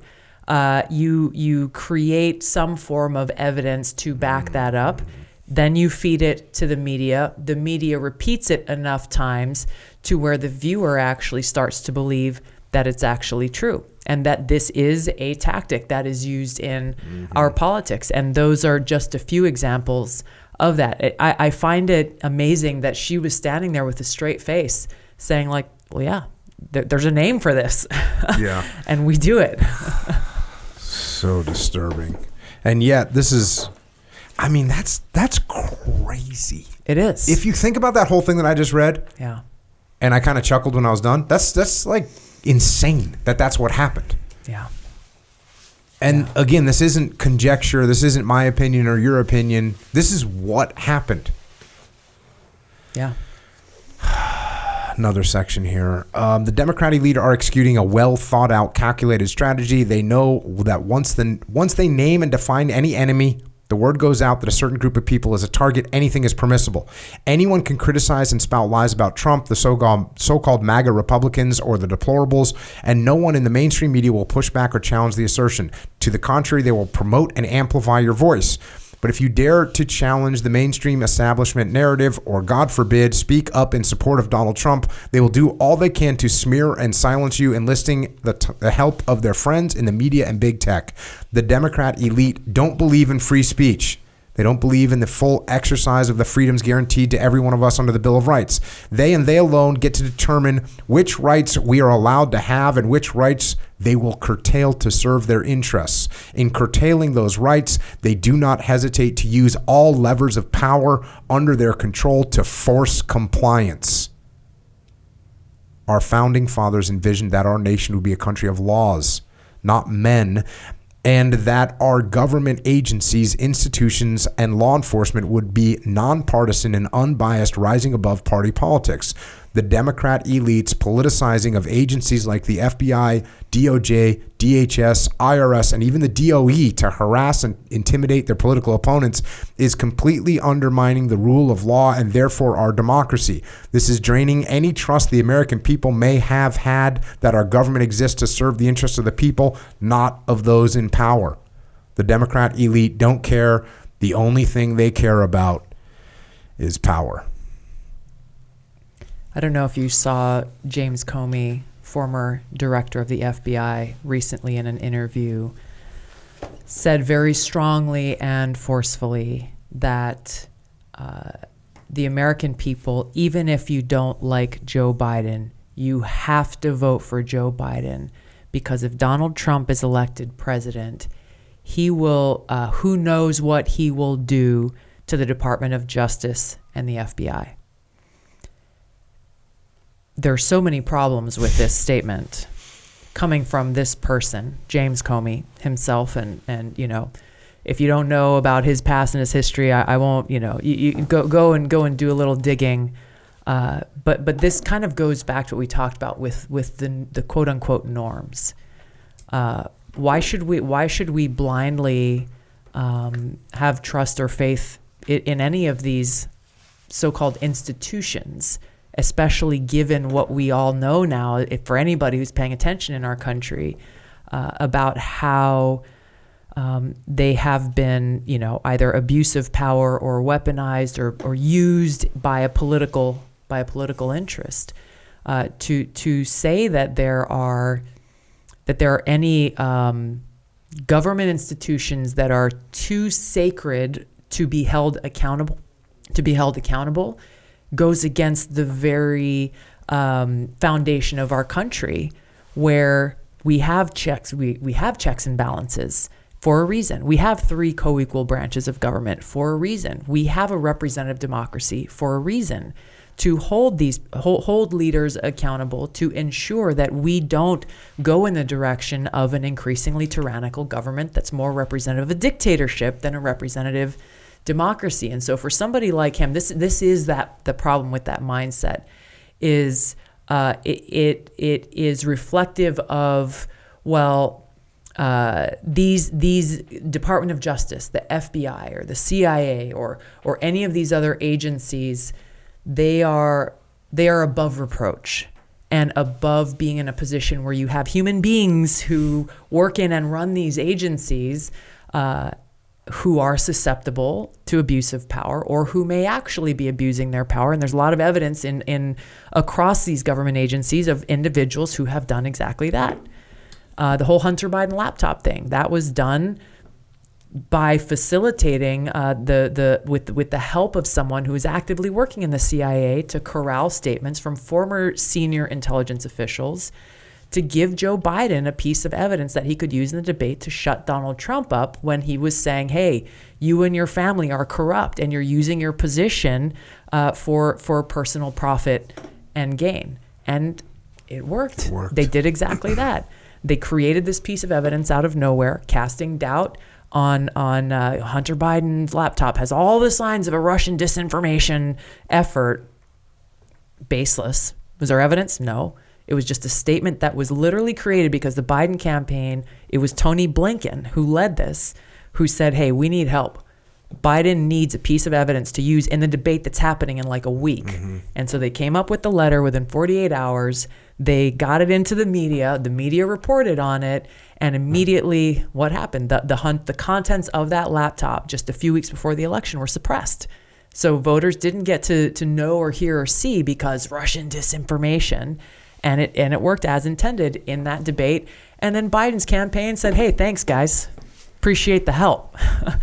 So you know, and I don't know if we talked about this last time, but Chuck Schumer's statement again about Trump, I think it was back in 2016. Like he said in the news something along the lines of, Trump is so stupid to be criticizing these intelligence agencies. Doesn't he know how powerful they are and what they can do to him?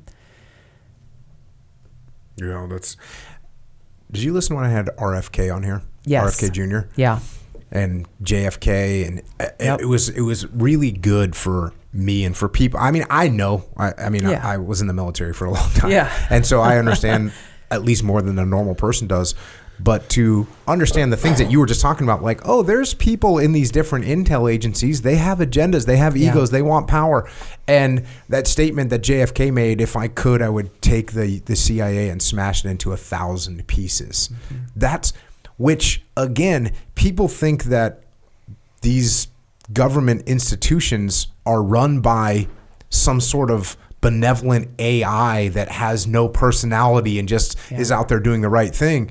It's not like that. No. Unfortunately, it's not like that. No. And then you had, you know, the FBI. There was J. Edgar Hoover kind of lost his in because RFK came in as the attorney general. And so what did J. Edgar Hoover do? He started gathering intel on JFK, and that's where the information about his affairs came from. Yeah. Like, that's what happened. Yeah. It's maybe we're how dumb are we? How dumb are we? Number two, does the Republican Party just suck at this kind of thing? Like, why isn't the Republican Party, why do they suck at this? Or do they just have a different level of what they believe is the right thing to do and they won't cross the line? I'm going to say no, because the Republican Party is not a monolithic entity, and there are some people in the Republican Party who would do this, or who would certainly advocate for this approach, or who are already a part of this. We've seen that through, I saw it through different pieces of legislation that we tried to pass through Congress that would protect, for example, Americans from being surveilled without a warrant, just because some person, whether it's a person behind the desk or the president of the United States, says, I'm going to go after this person, or we need to watch this person, without any warrant, without any due process, without any recourse at all. And so, yeah, there are certain Republicans in high positions of power who believe in this kind of thing. Mm-hmm. I think the difference is that's not the prevailing view, and I think there are more Republicans who appreciate and respect and value the Constitution and the limits that it places on government power. But if we, and this is the message I deliver throughout the book, is if we allow this kind of abuse of power that we've seen in this administration, which is far worse, far more brazen, and happening in broad daylight than anything I've seen or experienced in my lifetime. If we allow this to stand, it will be the norm. And there would be no, when the Republican Party takes power, if they were to do the same thing, they're like, what? You guys said it was okay. This is now the practice. This is the way things are done in our country. And we can't allow that to happen. How much of this is because of people's just overwhelming hatred of Donald Trump? And is that overwhelming hatred of Donald Trump because of the people that are scared of Donald Trump being in power, so they make all these, put out all these things about Donald Trump. That is what it is, and that is where that hatred comes from, is because they recognize that he poses a very direct threat to what they call the norms, which is the norms that have allowed them to be in this position to abuse their power. And he's a guy. He's already famous. He's already made a ton of money in his life. There's not anything that they can say, well, if you do this, we're going to take that away from you. And again, he, like him or not, he says what's on his mind, and you don't have to wonder where he stands on an issue, which can't be said for so many of our politicians who will say one thing: we want to save democracy. Donald Trump is going to be the end of democracy. You heard Robert De Niro the other day saying this in front of the courthouse, and yet they are actually undermining our democracy as we speak. And so this is why they're so afraid of him, because he is unlike anyone else that we've seen in our lifetimes in politics, in that he is unafraid to challenge not only the norms here in our country, but even from a geopolitical sense, to ask the kind of questions that in Washington are the sacred cows that nobody is willing to touch.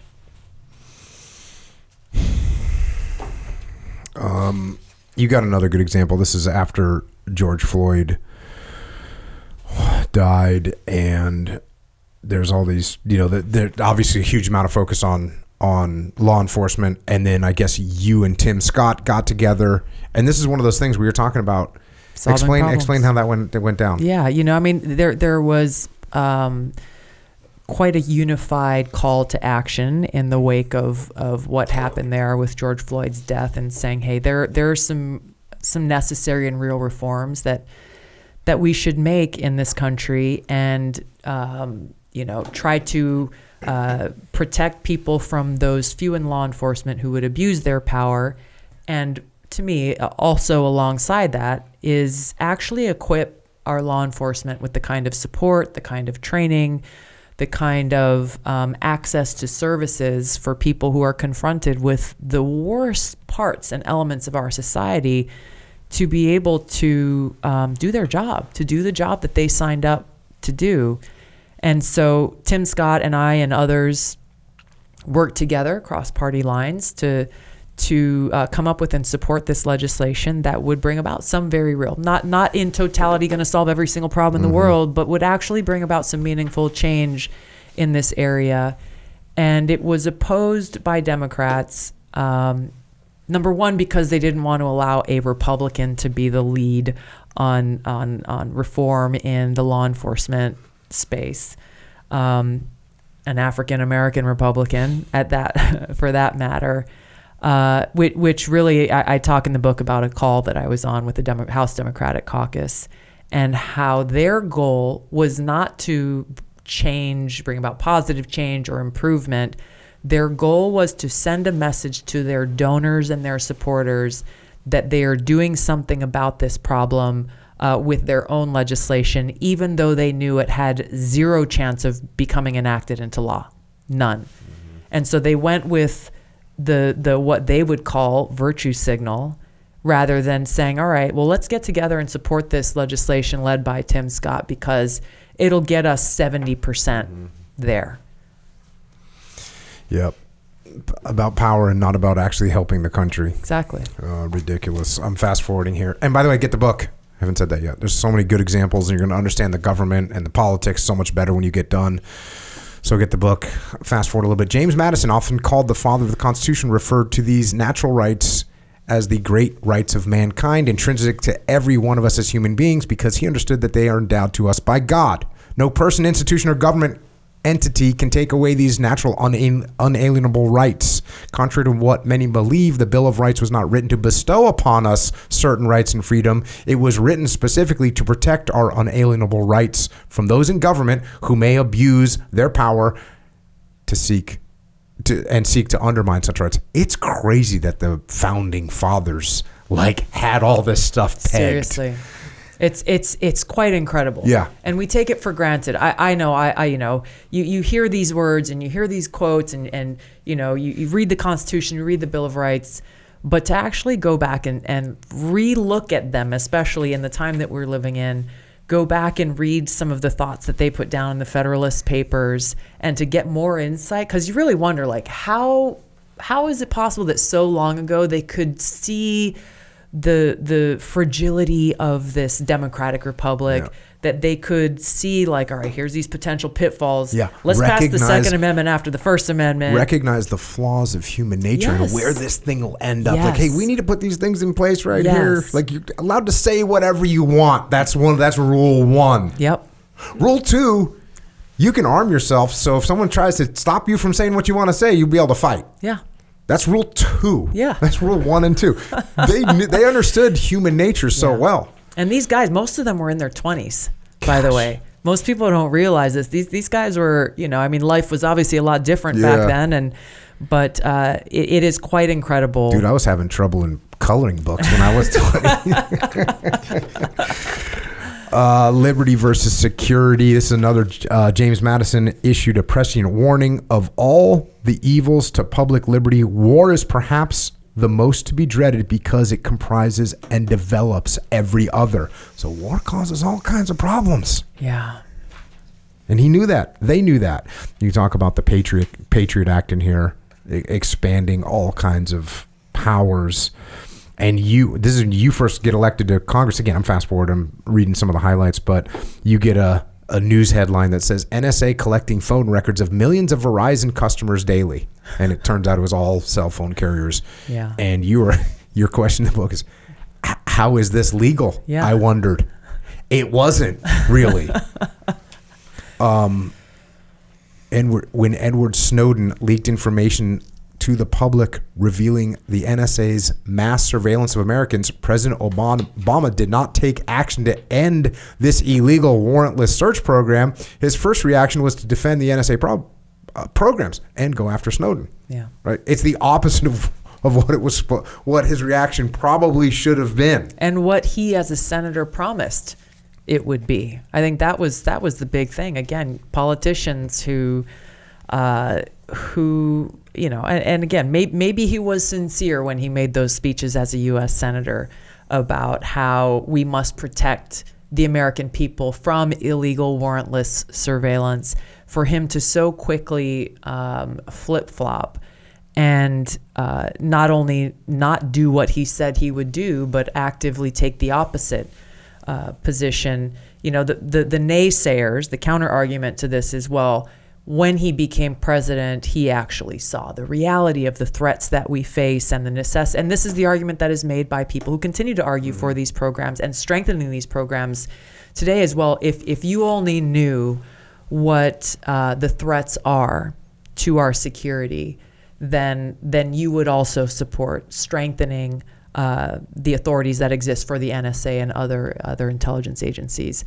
I challenge, because I've been in those briefings, I challenge that premise wholeheartedly, because again, it goes against the very foundation and warnings that we heard from our founding fathers, that when you have people in positions of power who tell you you must choose to be free or you must choose to be safe, which one is it going to be? Like, we need new leaders if you're telling us that this is the choice that we have to make, because it's a false choice. Why don't you do your job, protect our liberties, and ensure our security? It's not a choice that any of us should have to make. And if they're telling us, as they are, again, this is a bipartisan problem, for them to say you have to choose security over liberty, go look at some other countries in the world who claim, well, we need to take away your freedom to ensure your safety and your security, whether it be a physical safety or security, or the security of you being protected from seeing information that might infect your mind with ideas that you shouldn't have. It's such a dangerous proposition, and yet they get, we just saw this in the last few months in Congress, where they took those very authorities and strengthened them. They didn't just reauthorize them. They actually strengthened them and gave more access points to big brother, big government to be able to dip into and gain access to our everyday actions or the things that we're doing or what we're looking up online. And if people say, well, if you got nothing to hide, don't worry about it. Like, no, I got nothing to hide, but that's not the point here. You really want to have big brother, big government, dipping into your Wi-Fi connection and seeing everything that you do. It's not a matter of, well, okay, well, what are you actually looking at? The point is, it's none of their fucking business. Liberty and privacy is guaranteed to every American in the Constitution. And so these very acts, again, without due process, without a warrant, without cause, this is happening. And you may say, well, I got nothing to hide.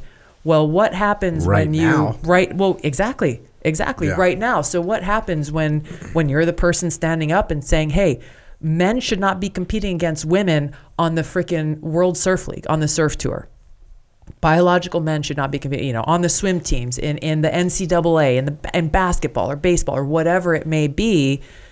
Well, guess what? Under a certain government, very much like the one that we have today, there's no reason why, given these authorities, they can't say, well, you know what you are saying and what you're putting out in your blog on Substack is actually undermining peace and people's ability to live free of that hate speech in our country. So we are surveilling what you're doing, and we are going to put a target on your back.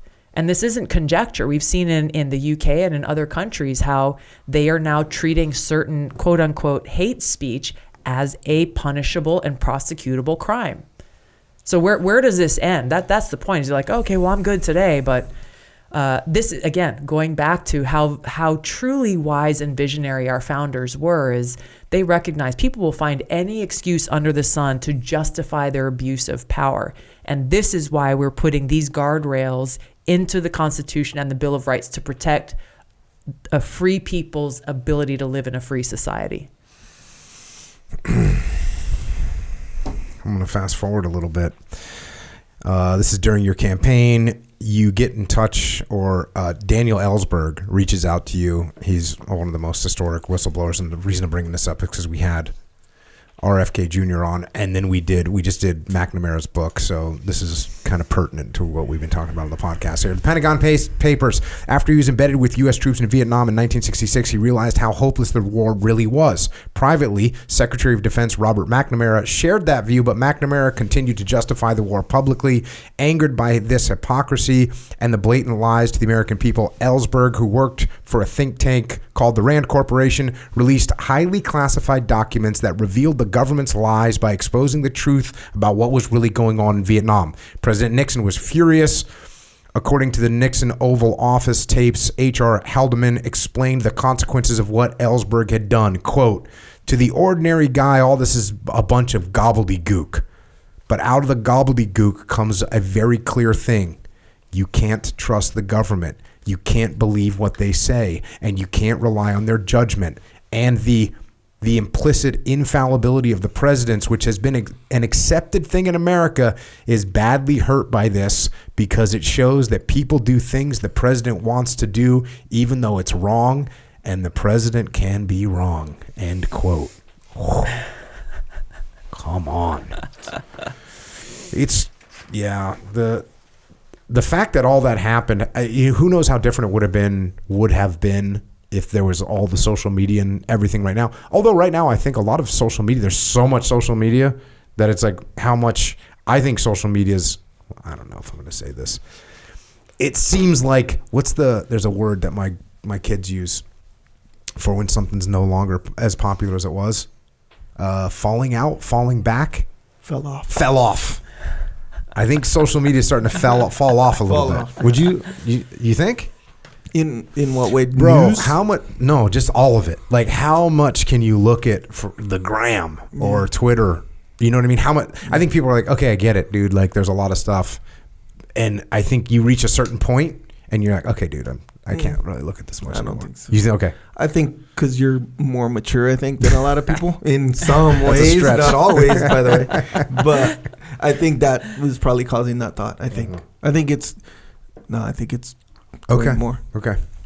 Well, in this time period, how much different would this have been any different?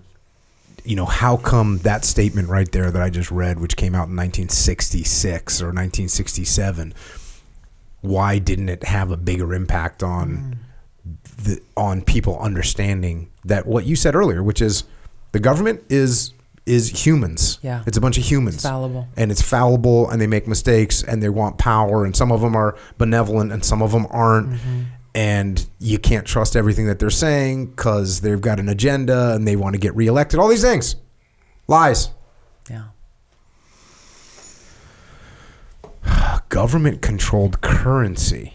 I think on just to close out Daniel Ellsberg and why things didn't have a bigger impact then. Again, you look at how these tactics of making an example of someone and how he faced, I think it was like 114 years in prison because of the charges levied against him of violating the Espionage Act. And fast forward to, it was thrown out because of illegal surveillance that was conducted by the government against him. So they couldn't admit that evidence in a court of law.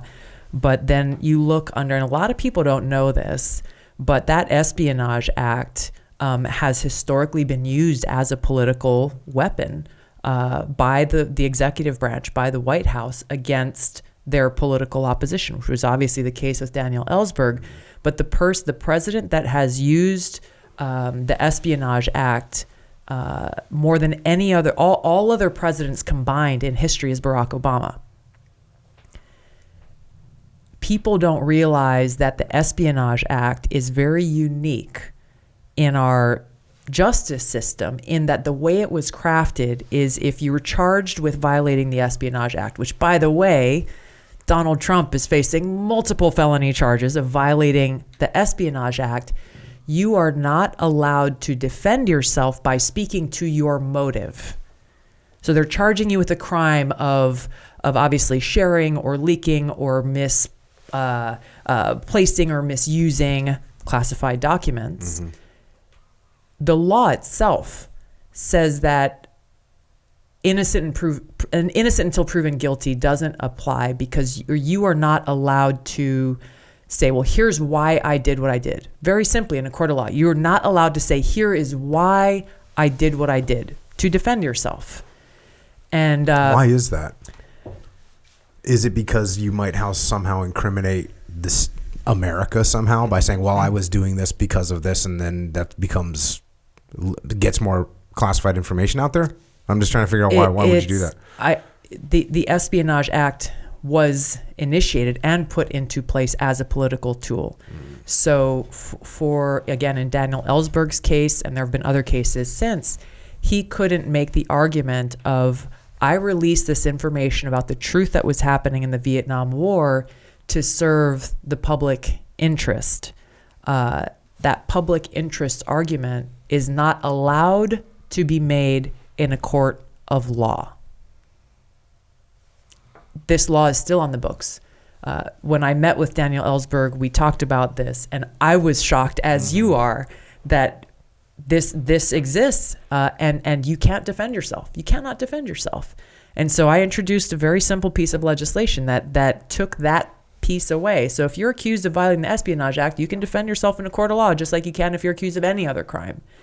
There was no interest. Did you so your legislation didn't get through? In Congress, no. The committee wouldn't even take it up. That's crazy. And look at Daniel Ellsberg, and now it's being used again today. Like it's over and over and over again. Who is Barack Obama using it against? He's used it against journalists. He has used it against a number of different people. I'm trying to remember the name. Chelsea. Mm-hmm. I don't remember the last name. Manning? Yes. Yeah. Yes. There are a few high-profile names, but there's a lot of names of people, and I talk about some of those examples about how he used the Espionage Act literally to force journalists from mainstream news outlets to turn over all of their notebooks, all of their documentation, all of their hard drives in a way that was actually absolutely 100% illegal. It's pretty mind-blowing when you actually start to dig into all of those cases, and then it leads to the next question. It's like, well, how come more people don't know about this?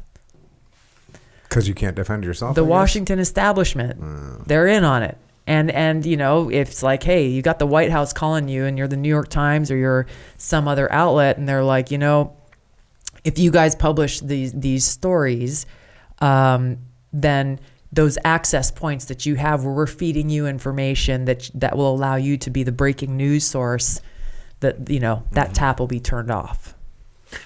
And in some cases, I would imagine that those outlets are also ideologically aligned with. Yes. Oh, you're painting a very ugly picture today, Miss Tulsi. Got a section in here about government-controlled currency. Ultimately, a central bank digital currency will give them the power to control how we spend our money. Here's the truth and a warning. Once we give up our economic autonomy, we give up our freedom. Once someone else controls our wallet, they control our freedom. Once that freedom is lost, it's nearly impossible to get it back. That's what happened in Canada with those truckers. Exactly. Remember that? Exactly. They froze their bank accounts. Yeah. That's what I mean. These things seem so wildly like out of the realm of the possible. In the United States, you think like, oh, in Iran, maybe like this is probably happening. But you look at exactly what happened there in Canada with those truckers. They were deemed these things were done against them under their counterterrorism laws. Their own Canadian citizens were being treated as domestic terrorists for protesting their COVID mandates and their COVID laws. And standing there at the podium, again, government officials saying, here's what we're doing and here's the authority that we're using. And we're going to see how we can not only freeze their bank accounts, we're going to take the money that was put in for them in GoFundMe. We're going to, and they also wanted to see how they could block the crypto, people who are like, all right, cool, we'll send you some Bitcoin then and try to bypass your government's laws, being willing to stop at nothing to get what they wanted. It is a bleak picture. It's a bleak picture, but the reason we have to know to know the truth and understand the serious ramifications of what's going on in our country. And I'll go back, and it's why I'm glad that you opened with that quote from Abraham Lincoln, because if we don't educate ourselves and be informed about the truth of what they are doing, and because they won't tell us, they'll tell us the opposite of what they're doing. If we don't take action now, then we will find ourselves in that place. Yeah, I was on like a military panel the other day, or it was actually a couple months ago now, but they were asking about China and what would you do? What do you think? Are they going to take Taiwan? When will they do it? We got Ukraine going on. We got Israel going. Like, what do you think China's going to do? And I basically said, hey, if I was China, I would just sit back and watch America destroy itself, and then we'll just roll into Taiwan whenever we feel like it, once America's in shambles. Because if you're watching America and you read this book, you'll think they better get their act together. A lot of it stems from this Chapter 3, No Free Speech. One of the things that drew me to the Democratic Party, to join the Democratic Party when I was 21 years old, was the fact that they seemed to be the most reliable and passionate defenders of free speech. In Hawaii, I saw a political party that represented the big tent, welcoming people of diverse backgrounds and ideas and encouraging robust discussion and debate. Normally, the Democrats seemed to be willing to take courageous stands for free speech and civil liberties, even for speech that might not be popular. Sadly, that's not the case anymore.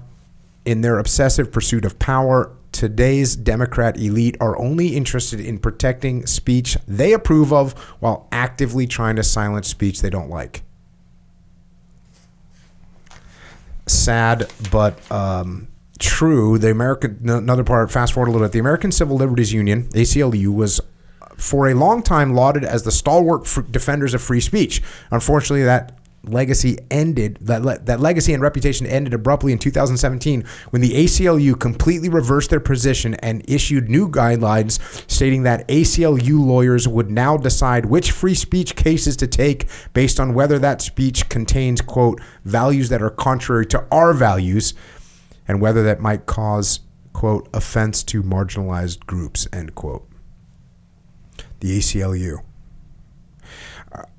1977, the ACLU defended the Nazi Party of America and their right to free speech and assembly, which to me was always kind of it was one of those things, you know, the statement of, hey, what's the statement of, I will defend your right to speak. I don't agree with what you're saying, but I'll defend to the death your right to say it. Yes. Right? That's like the kind of the ultimate free speech thing. And that's kind of what the ACLU was like. Hey, look, you're freaking Nazis, but you have a right to talk and you have a right to assemble. So we'll defend you, even though the ACLU clearly wasn't on board with those values, never has been. But they put free speech at the top of the pyramid of what's important.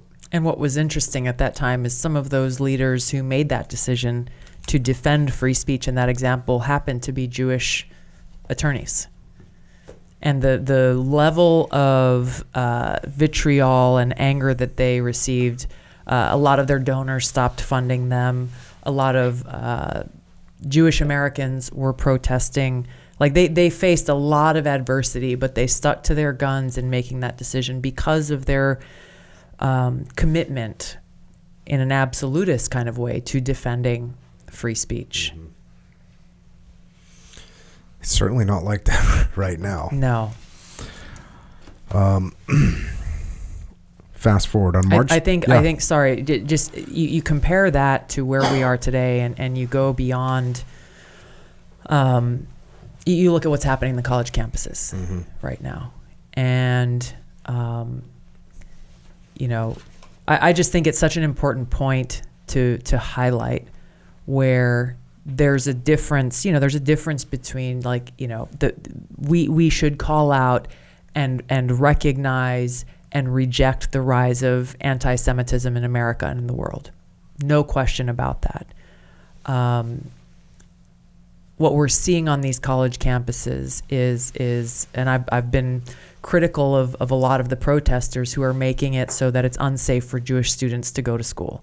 That a lot of these universities are shutting down their classes and saying, hey, you're just going to have to go do virtual learning in your classroom at, Columbia or NYU or these other places. The Jewish faculty are not made safe. So obviously when you have a situation where you are creating an unsafe environment and threatening people's literal physical safety, that's where the line is.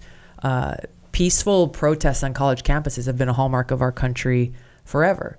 And so even though I didn't like much of the speech that was taking place with these college students, they have the right to say those things. They have the right to express that speech as hate-filled and anti-Semitic as it is.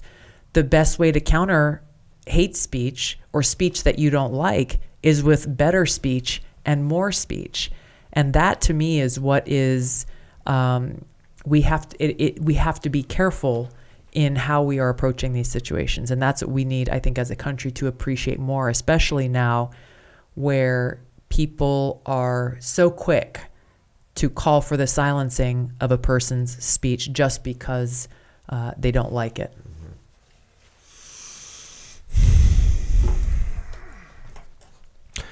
March 9th, 2023, members of Congress gathered on the floor of the House of Representatives to cast their vote on the Protecting Speech from Government Interference Act. This bill was introduced largely because of the information revealed in the Twitter files and the ongoing attempts by the Biden-Harris administration to undermine free speech by directing big tech to censor and silence people. Of all the members of Congress voting that day, every Republican voted for the bill to protect free speech, and every Democrat voted against it. Their reason, the Democrat elite believed that the government, obviously referring to themselves, has not only the right but the responsibility to, quote, protect the American people from, quote, disinformation. This raises the question, who gets to say what is disinformation or information? What objective government entity is the arbiter of truth versus fiction? That to me, like one of the reasons I highlighted that, because I'm when I was a kid, it was like the Democrats were the big free speech people, exactly. And Republicans were, trying to shut everything down. And I should have recognized, because it was Tipper Gore. I don't know if you remember Tipper Gore, but she was real into censorship of music. Interesting. This was Al Gore. Oh, yeah, she led the charge. Yeah, she led the charge. That's why records have labels on them now that says offensive lyrics. But that was her leading the charge. I should have been a little bit more heads up. But yeah, I always thought, the Democrats, the liberals are free speech people. And here you have literally every Republican voting to protect free speech and every Democrat voting against it. Yeah. This is why the world has changed and Tulsi's kind of stayed the same. Yeah, exactly. And how short-sighted their position is. They're saying, well, we have to be the ones to protect the American people from speech that will be quote unquote harmful to them. And of course, they're the only ones who get to decide this. The whole disinformation governance board that Biden tried to put in place. Again, the tables will turn, my friend. And what happens when you're on the receiving end of that? What happens when you're the one who's accused of spreading misinformation and disinformation? Yeah, again, COVID's a good example of, how much of that stuff that Rogan was saying. Exactly. And he had doctors on to say stuff and he would get shut down and he would get it was just terrible. And then, it turns out it's right. Yeah. It was just right. That's crazy, right? And they're just quiet about it. Yeah. Totally quiet about it. The bottom line. You do this throughout the book. You kind of give a bottom line thing. I've only been reading a couple of them, but so it's you capture all your points really well. This one, the idea that we must blindly accept and follow what those in power tell us is true goes against the very essence of our Constitution and Bill of Rights, which were created as a resounding rejection of the reigns of kings, churches, and authorities. Instead of honoring and upholding the vision that our nation's founders had for us as Americans to live in a free society, the Democrat elite seek to destroy any who dare to challenge them. Thomas Jefferson talked about the cowardly, power-hungry leaders like these when he said they, quote, prefer the calm of despotism to the boisterous sea of liberty. There you go. Again. Gem. A total gem. So prescient. Chapter 4 is they see God as the enemy. Tulsi's not playing around. Freedom of religion is often called the first of our freedoms. The opening line of the First Amendment to the Constitution reads, Congress shall make no law respecting an establishment of religion or prohibiting the free exercise thereof.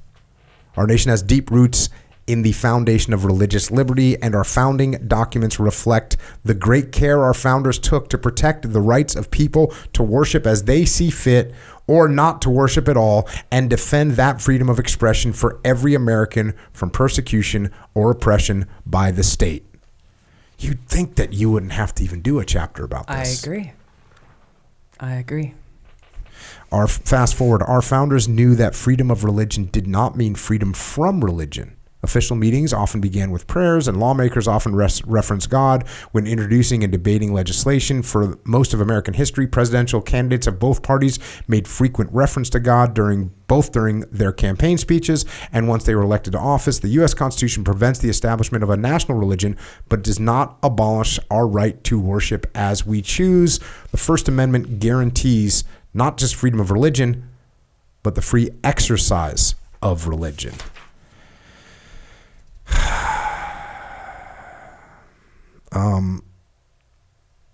So what does an attack on that look like? If you're thinking that right now, here's what it looks like, and you've got it in the book.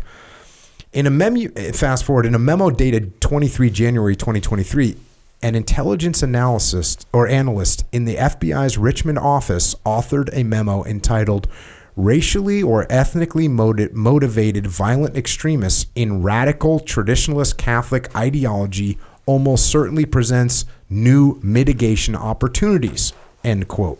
When I read this, I wondered, what are the characteristics of a, quote, radical traditionalist Catholic, end quote. My dad is a Catholic and a lector at St. Jude's in Hawaii. Was he now going to be targeted for going to Mass? Among other things, the analyst notes, quote, radical traditionalist Catholics, quote, prefer to attend traditional Latin Mass. One of the recommended courses of actions proposed in this memo to mitigate the purported threat is for the FBI to develop sources within the church who can surveil fellow parishioners in their place of worship. The FBI disavowed this memorandum once it was leaked publicly, saying it does not meet the exacting standards of the FBI. Hardly a full-throated rejection of the dangerous religious bigotry and unconstitutional abuse of power within the agency. The real threat that this incident exposes does not come from the devout Catholics. It is a threat coming from the Biden administration and agencies like the FBI, who have created a culture in which it seems credible that devout people of faith, of any religion or spiritual practice, pose a threat to our country and should be targeted. Freaking kind of crazy, right? It really is. And again, like with every one of these examples, this is coming from people who feel completely justified in pursuing this, that it's totally within the realm of not only what's normal, but what they find to be acceptable in fulfilling their responsibilities, in this case as an FBI analyst. And so there are other examples of how under the Biden administration they have found certain buzzwords within the IRS, like search algorithms, like, hey, this red flag should pop up when you see these certain terms being attached to people applying for nonprofit status. For example, we saw the same thing under Obama. And under Obama, it was patriot, it was make America great again type of things, and things that were more targeting of what people would consider conservative or right-wing Republican politics. And under the Biden administration, there are a number of these buzzwords or trigger words that had to do with radical traditionalist Catholics and Christians and other groups, with literally citing excerpts from the Bible as a reason for the IRS to, like, okay, red flag, stop, hold on, you need to really take a look at this one.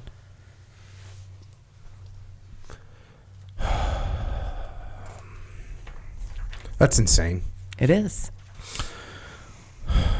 You talk about John F. Kennedy in here, discriminated against because of his Catholic faith. You say, I've experienced it too. When I was running for Congress in 2012 and 2014, my Republican opponent stated publicly that a Hindu should not be allowed to serve in the U.S. Congress, and that Hinduism is, quote, not compatible with the U.S. Constitution. During my 2016 re-election campaign, my Republican opponent stated that because of my religion, quote, a vote for Tulsi Gabbard is a vote for the devil, end quote.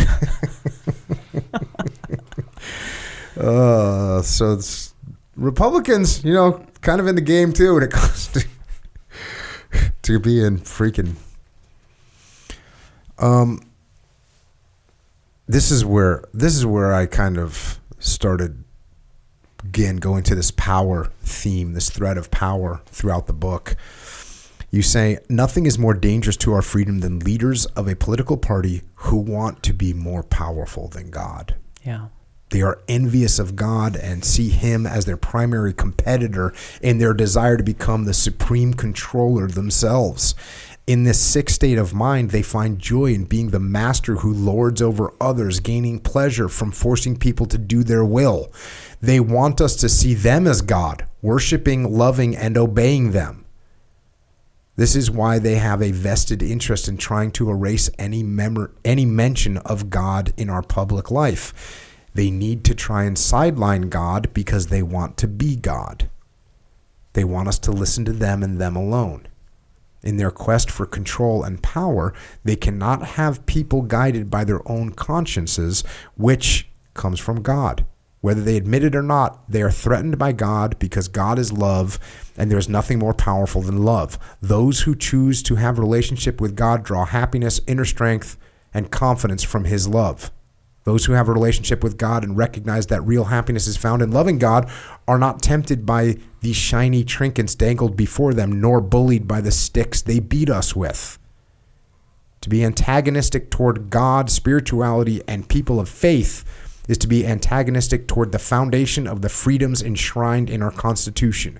Anyone, any party that embodies such hostility cannot be trusted to protect our inalienable, God-given rights enshrined in the Constitution and should not be in power.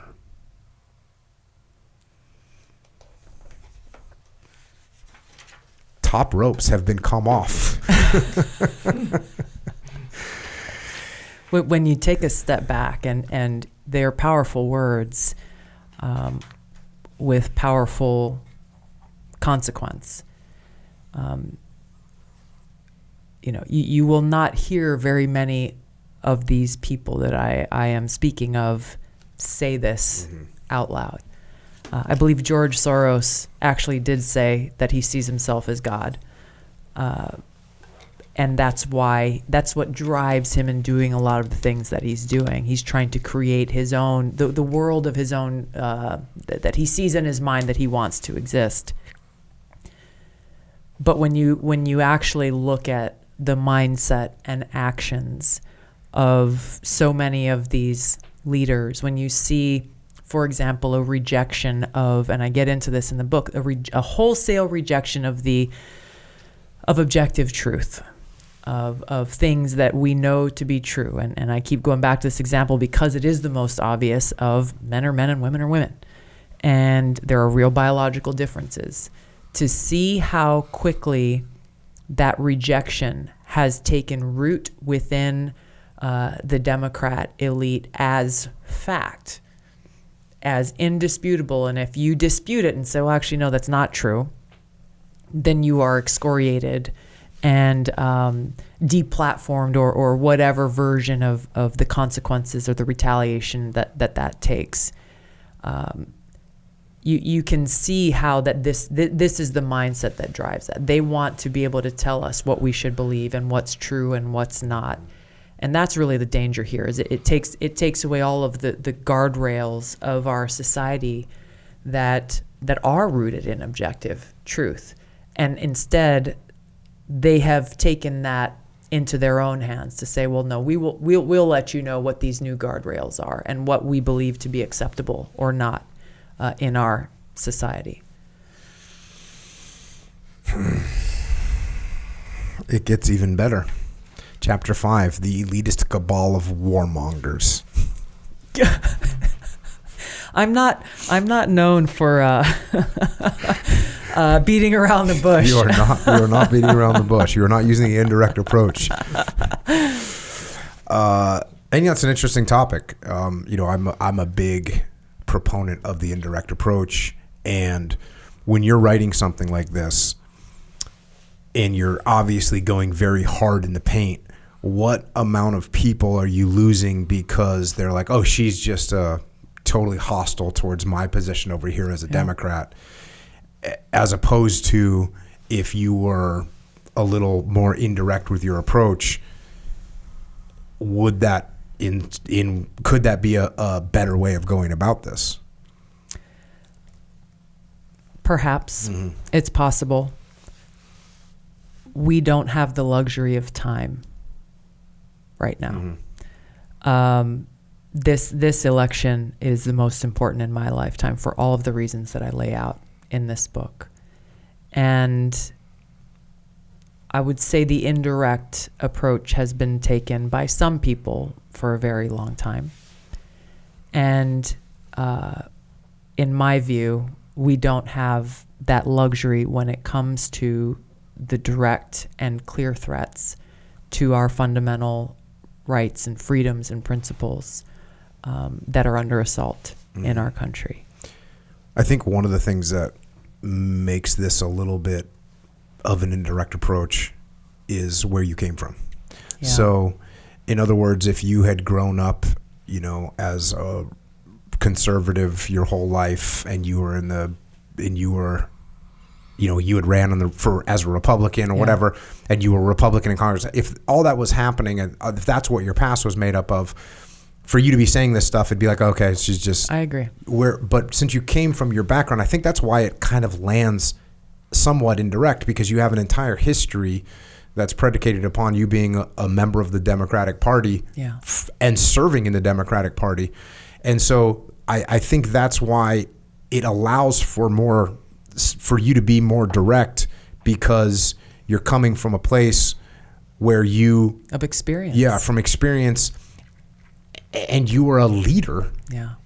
You were the vice chair of the Democratic National Committee. Like that's where you came from. So I think that's maybe why this works, because again, when you talk about the indirect approach, it's like, how can I relate to you? Sure. How am I going to be able to relate to you so I understand you and you understand me? Mm-hmm. And now we can talk about whatever, how we're going to execute this mission, or how we're going to go forward on this operation or whatever. Well, here you clearly, just from your history, you're coming from a place where it's like, oh, well, wait, you were like me. You know, I'm a Democrat right now, and you were one. Wait a second. So there's kind of a connection there that's probably why this works better than if you were coming from some big conservative background and people would be like, oh yeah, she's just saying what she's been saying the whole time. But yeah, I was asked a similar question by a reporter recently in talking about the book, and he was just like, man, you are very, very harsh in your criticism of the Democratic Party, of the Democrat elite. Don't you think you went maybe a little bit too far? And he said, it seems like it's coming from a very visceral place. And I said, no, I'm not going too far. I am speaking from experience. And, people talk about authenticity and all this other stuff. For me, if I had done anything short of speaking the truth that is rooted in my experience and in many of these other examples that I've shared, then that would be a lie. Mm. That would be me putting forward a face and a feeling that is not reflective of what I know to be true in my heart. And this is coming from my sincere concern for our country. Everything that I've written in this book is there's no facade, or there's no false face being put forward. There's no, well, hey, I know that this talking point is going to really work, so I'm going to throw this in the book. This is a reflection of what is in my heart, and the book is called For Love of Country. That is where this alarm that I am sounding is coming from. And so, some people will accept it in the way that I am offering it and putting forward, and others, as you said, they may reject it completely. But the reason I'm not home in Hawaii surfing, and we were talking about, it would be really cool to be in a place where it's like, yeah, you know what, I'm just gonna, I don't hold public office, I'm not running for office, I'm gonna go hang out in Hawaii and just kind of surf and see how this whole thing shakes out. I can't do that, and I won't. Of course, I could do it. I choose not to do it because of, this is real. This is as real as it gets. And what kind of hypocrite would I be if I am the person who stood on that debate stage in 2020, running for president, calling for the kind of change we need to see in our country, and then seeing this egregious abuse of power by people who I used to work with and I used to associate with in the Democratic Party, and then sit back and be like, oh man, our country's going to hell in a handbasket. Shucks. Mm-hmm. Too bad. I'm not in office. I don't have to do it. I'm not, no. I feel a sense of duty and responsibility because of my experience. I'm not saying, well, gosh, I don't know if that's true, or I don't know if that's really happening. No, I've lived through and been through so much of this and seen it and experienced it firsthand. I need to do everything I possibly can to share that with people. And you may find it painful to read or to listen to. Come to your own conclusions, but you can't say that you weren't warned. Mm-hmm. It's interesting. So B.H. Liddell Hart, who's the guy that wrote a lot about the indirect approach after he was in World War I, and the direct approach in World War I was not effective, and so he wrote a lot about the indirect approach. But he doesn't just talk about war, but one of the things he talks about is the first person with a new idea is a martyr, and they're going to get stoned. He's like, that's what happens to martyrs. So when you come up with a new idea, you come up with and he gives all kinds of examples, but one of them is he talks about the progression of naval vessels and like going from wind to steam. Like the first people that supported that would be like, you're an idiot, you'll run out of fuel for the engines and you'll die at sea. Sail, you can always get somewhere. And so the first people that present ideas, they get stoned, they get martyred. That's what happens, and you can see it all the time. But what's interesting is you kind of went through that phase. You got martyred. You got removed from the vice chair position. When you even when you ran for president, it was like you got shredded. Called a Russian asset, all these things. So you spoke these new ideas and that's the fate of the martyr. The thing that's kind of cool is the person that he talks about that comes next is what he calls the leader. And the leader goes, oh, okay, I get the idea was right. And now I'm going to present this idea in a way where people understand it. And one of the examples he uses for that is when people started to want to use tanks. There was a whole portion of the military that's like, well, you're an idiot. We used horses. We use horses because, we can run them forever. They can eat grass. Like, how are you going to refuel a tank in the middle of the battlefield? So eventually the first couple people that presented these ideas got martyred, but eventually someone said, oh, tanks are the new cavalry. And he kind of presented this new opportunity for people that were into cavalry to go, okay, we can get on board with these tanks things, and the transition worked. Yeah. So it'll be interesting. You perhaps can make this transition from being a martyr, which you were, and you got martyred for expressing the way you felt, picking Bernie Sanders, standing up against Obama. Like, you did those things, and you were punished for them. You spoke out against Hillary Clinton. You were punished for that. So you've done your martyr share. And now it's like, maybe you're the person that can actually take these ideas and move them into leadership where people start going, oh yeah, she was right. Maybe you're hanging on long enough that you can go, okay. And you can transition to this point where you become the leader that brings these new ideas to the world. That'd be kind of a pleasant thing to see. What's interesting about that is, and why throughout the book I point to our founding fathers is that these new ideas are actually the original ideas. And we are now in a place where what they have warned against is actually happening. And so what a cool and amazing opportunity for us as Americans to go back to that foundation and realize like, oh, wow, this is exactly what they were trying to protect us from. And this becomes the decision point about all right, it's here. What are you going to do about it? And it is our test, really, as Americans, when we are facing this challenge. And so, I can't take credit for this, but to be in a position where we have the opportunity to say, hey, let's, our founding fathers disagreed on a lot of things, but they came together around the most important things that are in our Constitution, Bill of Rights. This is that moment where we can have strong disagreements on different issues, but to be able to come together and uphold those principles that are in those founding documents that's why I'm optimistic, and that's why I'm hopeful, because I think more and more people are waking up to that reality and that necessity, and how visionary they were to say, okay,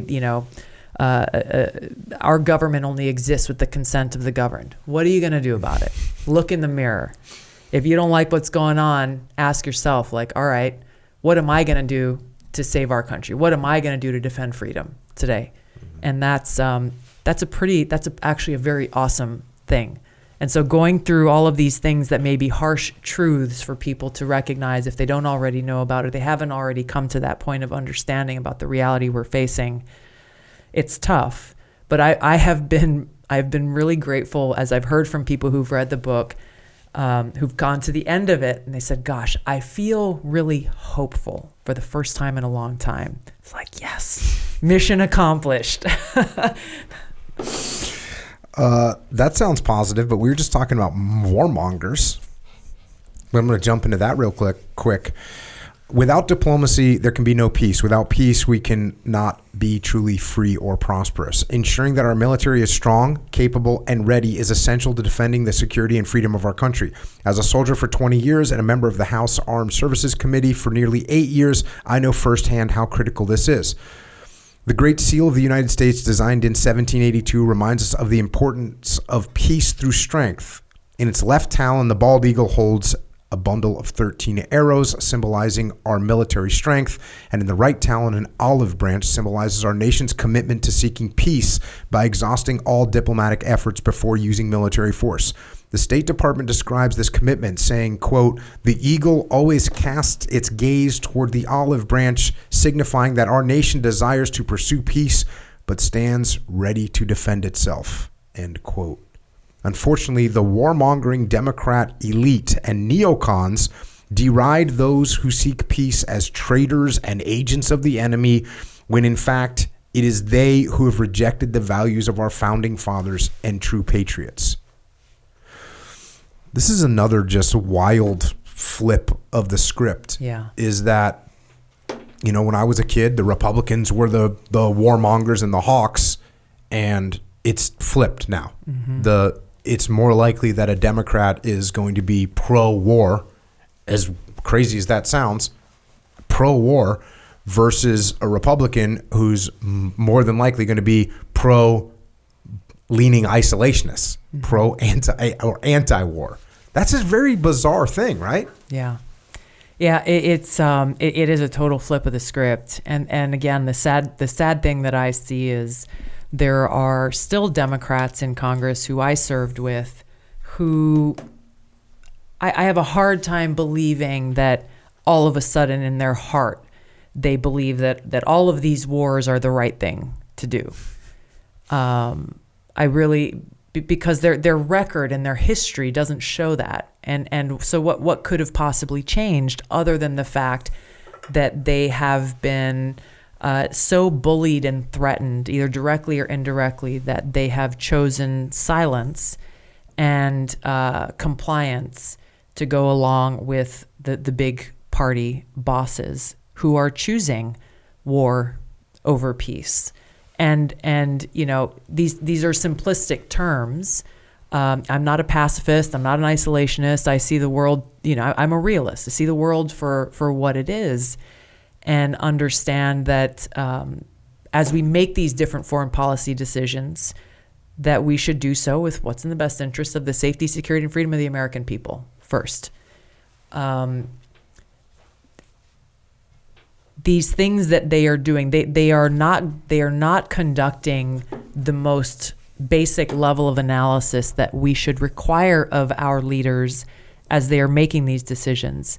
Too often they are emotional decisions of like, well, we got to go punish this bad guy or get rid of that bad dictator, but not actually thinking through like, well, what are the second, third, fourth order consequences going to be? What could possibly occur after we go and do this thing? Is it going to help improve our security? Is it going to help strengthen our economy? Or is it actually going to hurt the American people and make things worse here at home? So what is the actual objective here? Are you just trying to look strong? Are you just trying to go and say, hey, like, look what I did to this horrible dictator? Has it actually even helped the people in that country who you claim to be trying to save and protect? No. Has it you say you're doing this, and Biden's whole foreign policy is around democracy defeating autocracy. Well, are you really even strengthening democracy? And what about what you're doing to democracy here at home in our own country?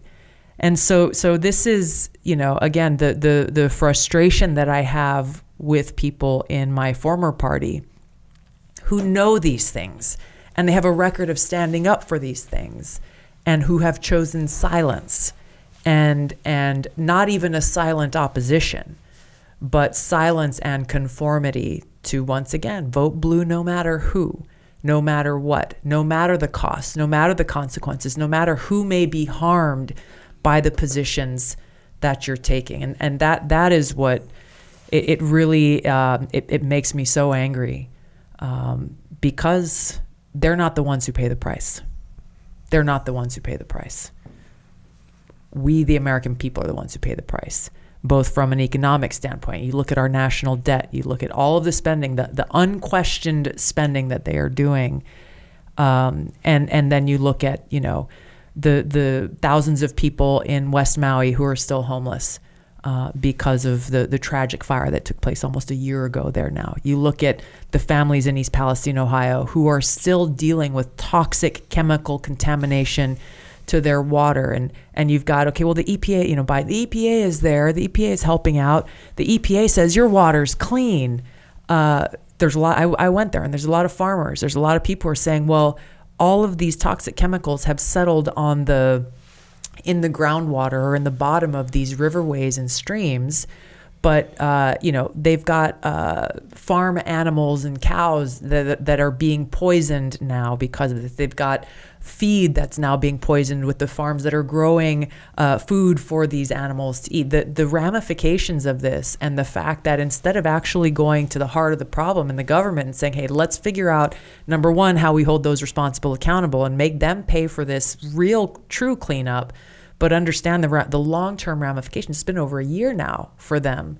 Two of many different examples of like, okay, well, if you really care about the American people, what are you doing to dedicate our limited resources to being able to provide that support and help to people who need it most? That's what's maddening about this, is they require unquestioned bending of the knee to say, well, we're going to spend hundreds of billions of dollars here in this other country, that other country, but not even allow the debate or conversation.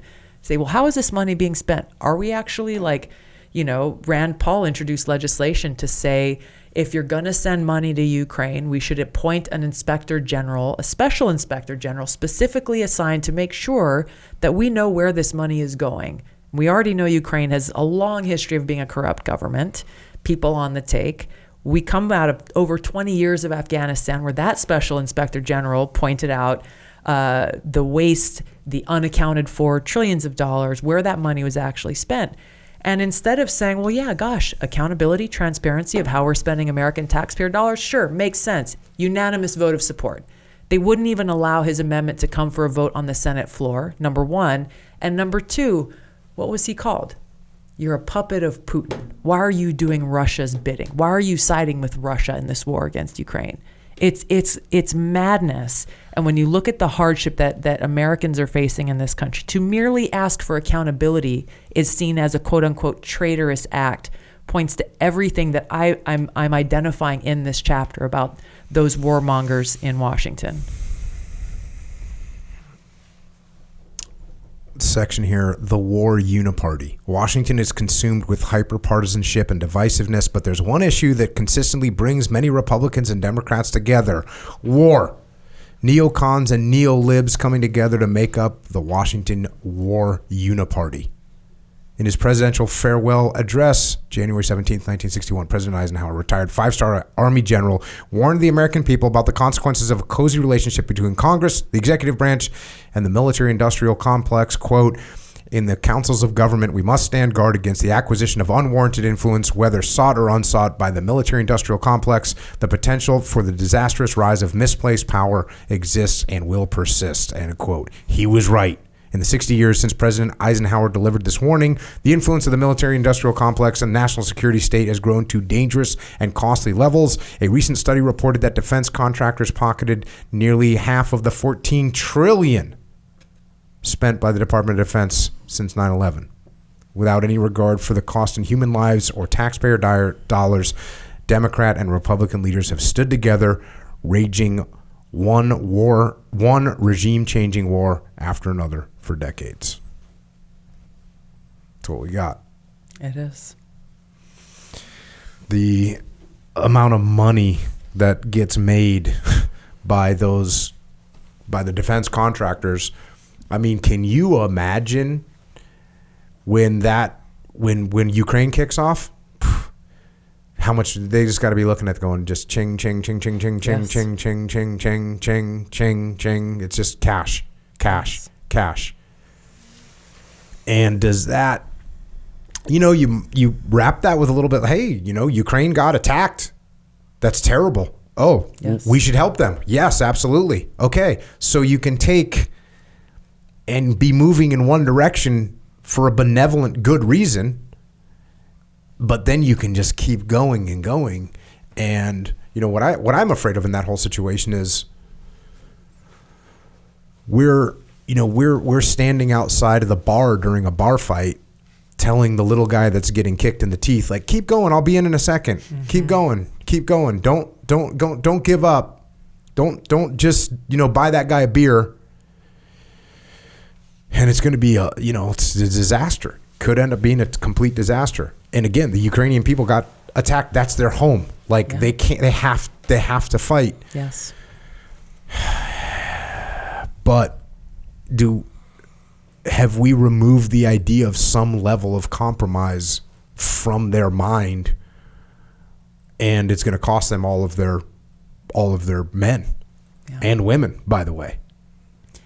That's where it's so critical that we have leaders who live in the real world and understand the reality of these very hard or even horrific situations. That it's not some fantasy world that you wish existed. We live in the real world. And this is what I find to be so unacceptable. Doesn't even feel like a strong enough word to know that, you know, it's almost 2 years into this war now. And not only did our own country's leadership, but President Biden failed to recognize, like, no, this is not a fair fight. There's no way that Ukraine has the military capability or the personnel, the bodies, the actual human lives to be able to go head to head with Russia. Not going to happen. Not going to happen. And so there's only two, you know, kind of ways forward here is the United States and all of these European countries going in and flooding Ukraine with weapon systems. Well, that's happened. Ukraine is running out of people now to fight this war. And so meanwhile, in this parallel battle, Russia has completely reconstituted every one of its weapon systems that has been destroyed to bring them to a point where they're even stronger now than they were when they started this war. And they have many, many, many more people that they are conscripting or enlisting to go in and fight this war. So where does this lead? Where does this lead? You've got France and some of these other NATO countries saying that they want to send in, they want to send in their own troops into Ukraine, of course, as quote unquote advisors. Well, what happens then when one of them gets killed? Then you have, well, hey, Article 5 in NATO's treaty has been invoked. All right, big U.S. military, bring in the boys and girls, send in your troops. So then we look at where does this escalate into? You escalate into where Biden has led us, to the precipice of World War III against a country that has more nuclear weapons than any other country in the world, and that has already very openly said that they're willing to use them, whether they're tactical nukes or strategic nukes, and have created the authority in their own laws to say that the use of those nuclear weapons is authorized if Russia faces an existential threat, not a nuclear threat, not in reaction to a nuclear attack, but if they face an existential threat. How is that defined? You could define that in many, many different ways. And so we are headed in a direction that could very easily, intentionally or unintentionally, end in nuclear Armageddon for the world. And I go into this in the book because people talk about nuclear war these days as though it's just another weapon system in the arsenal that we can use in order to fight and win. But Ronald Reagan was so correct then as his words are now that a nuclear war cannot be won and should never be fought. And so this goes back to like, okay, well, what do we do then in recognizing the reality of the circumstances? And we've seen, General Milley and many other military leaders say the only way this thing ends is in some kind of a negotiated treaty. Not only did President Biden fail to take the lead in trying to bring about that negotiated end and facilitate it, he and his administration openly blocked other countries who recognized this very, very early on, and who tried to bring about an early end to this war, and said, no, don't do it. Don't do it. Well, and they said, we got to put Ukraine in a stronger position of negotiating. Well, where are they now? They are not in that stronger position. There is still no definition of what a win looks like. It's just having people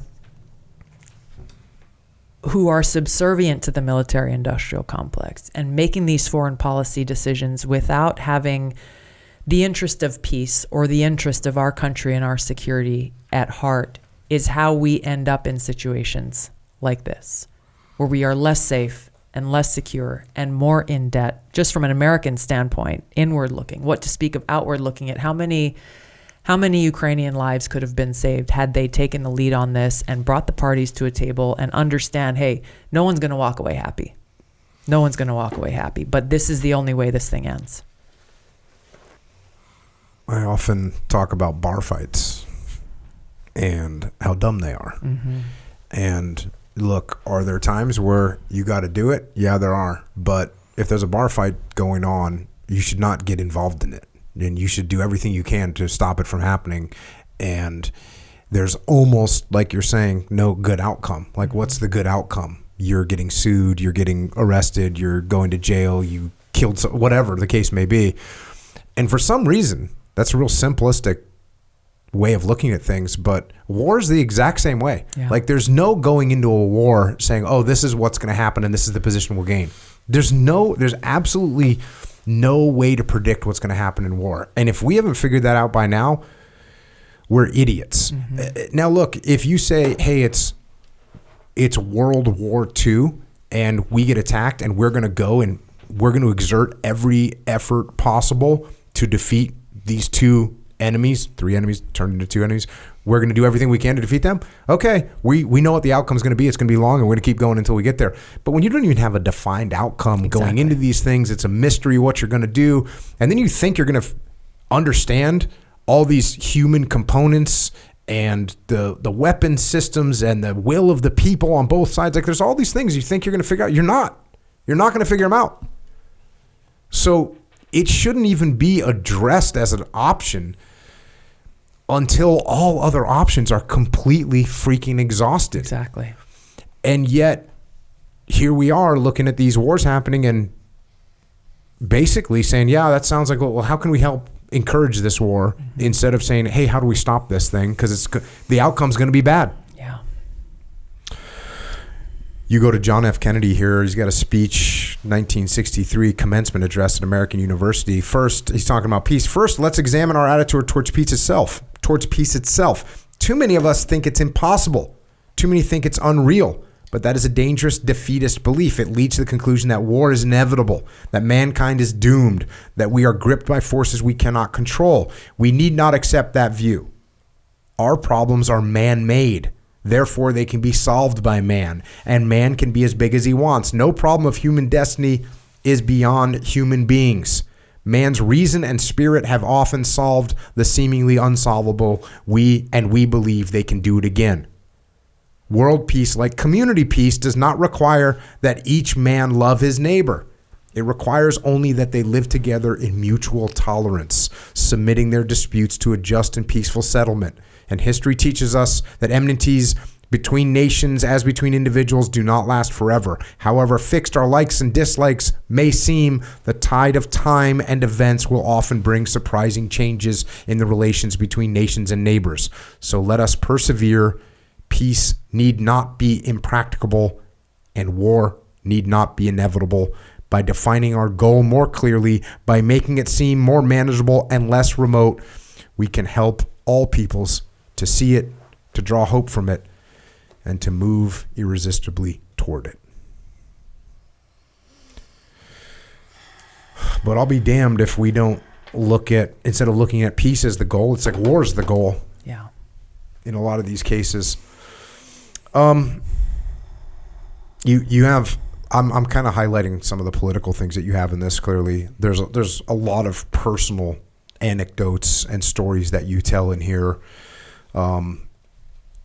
one of them, you write about, you write about the war that you saw, and you write about the troops and the men and women that are wounded and killed, and what impact that had on you, what you saw, what that experience was like. The final roll call is very heart-wrenching to read. But you end up writing this: every single one of us who raises our right hand and enlists in our armed services knows that in doing so we are volunteering to put our lives on the line to ensure the safety, security, and freedom of our country and the American people. That's a choice we make willingly. If and when that call comes, we stand ready to fulfill our commitment.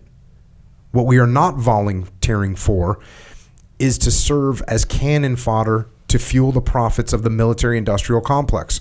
We are not volunteering to be used by insecure politicians who feel the need to start wars and put us in harm's way just to make themselves feel strong or look tough. We are not volunteering to be used as expendable pawns feeding the insatiable hunger for power and global domination of American politicians who don't care about our Constitution, our country, or the American people.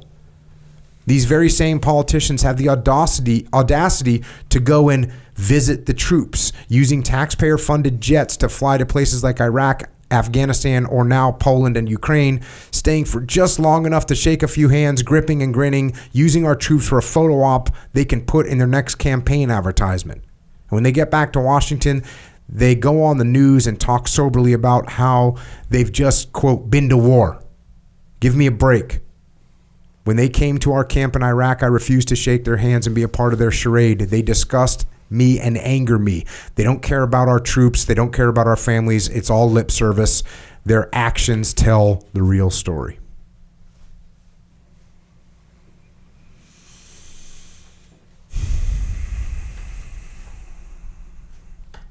Yeah. Yeah. It's real for us. It's not real for them. It's words. It's fiery speeches on the floor of the House or the Senate.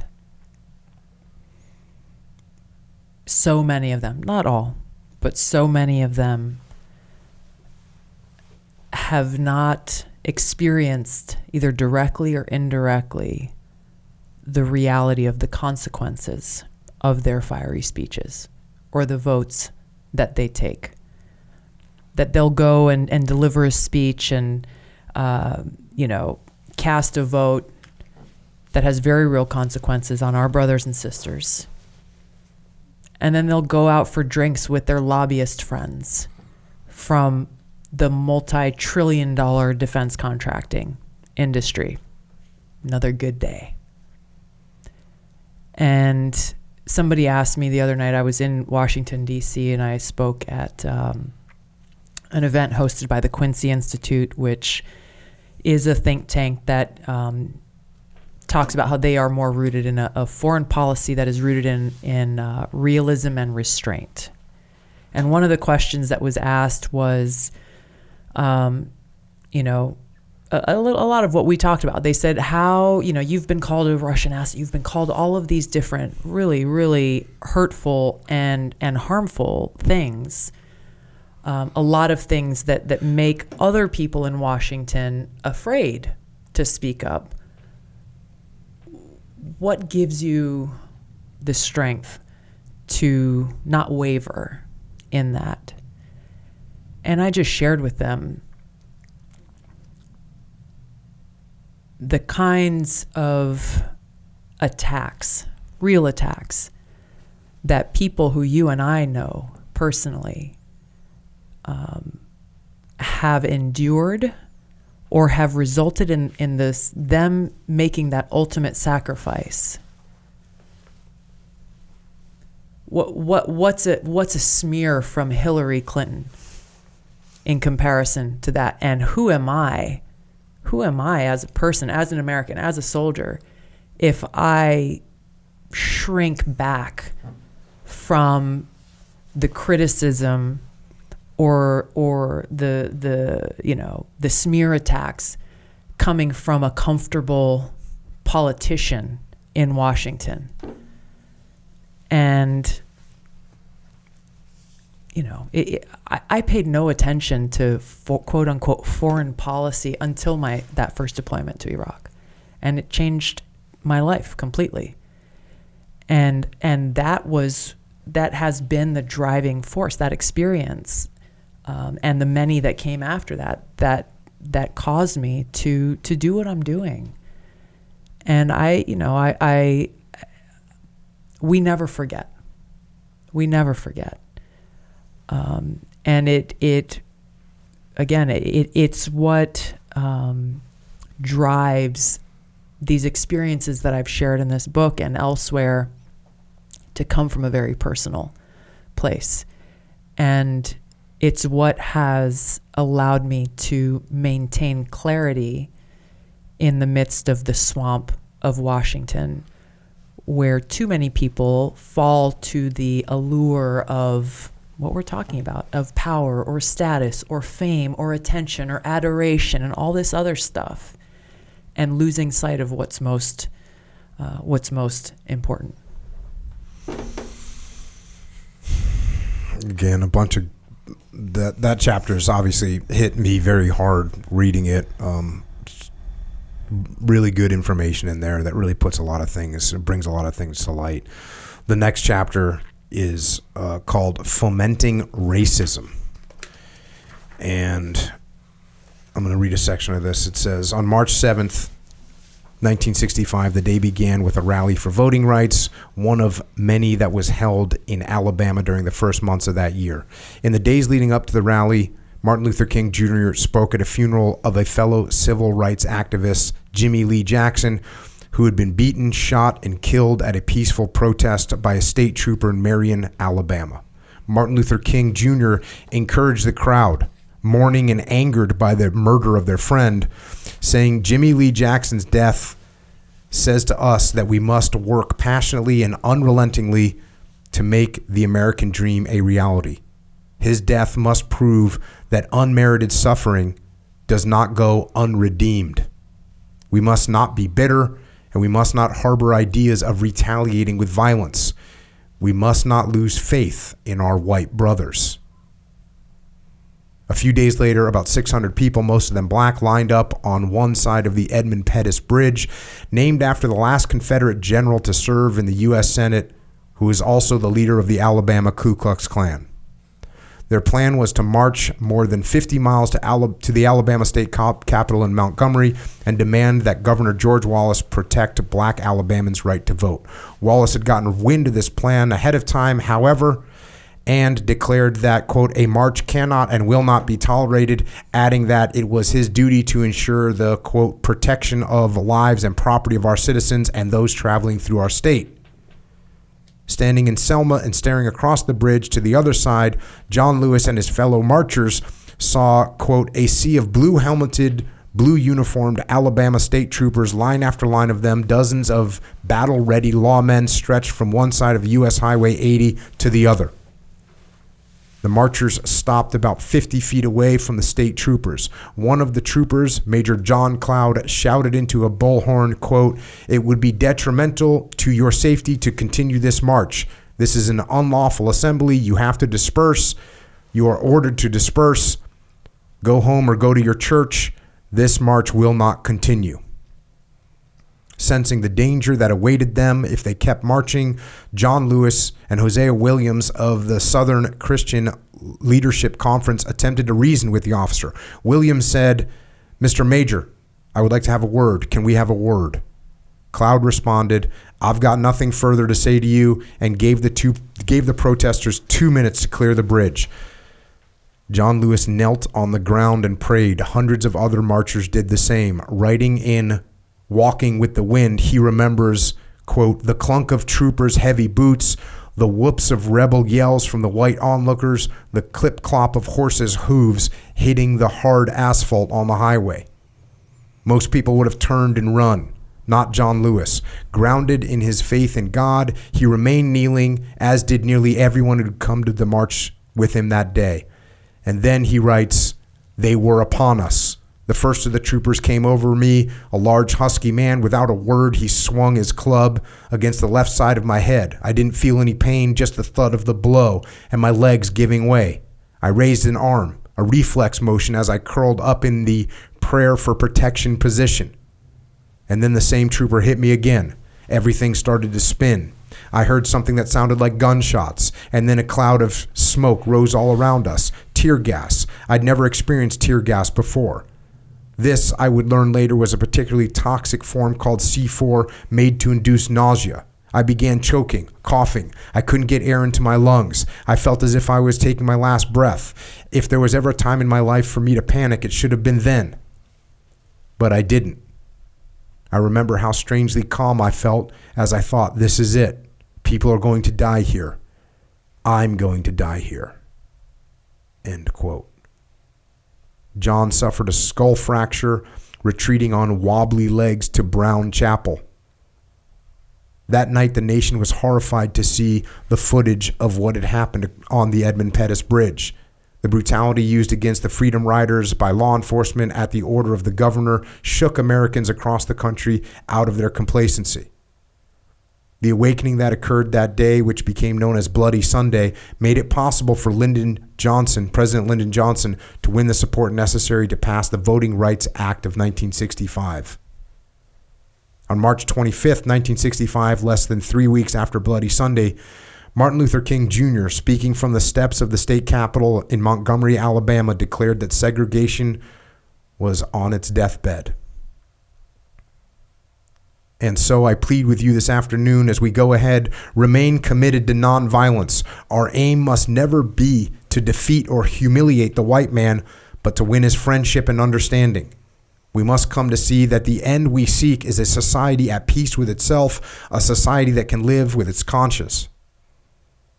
And that day will be a day not of the white man, not of the black man. That will be the day of man as man. I know you are asking today, how long will it take? How long? Not long, because no lie can live forever. How long? Not long, because the arc of the moral universe is long, but it bends towards justice.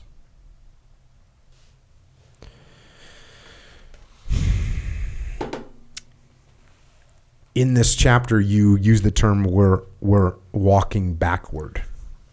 So you highlight some of these events that clearly show we're moving forward towards a place, in the words of Martin Luther King Jr., where we judge people on the content of their character, not by the color of their skin.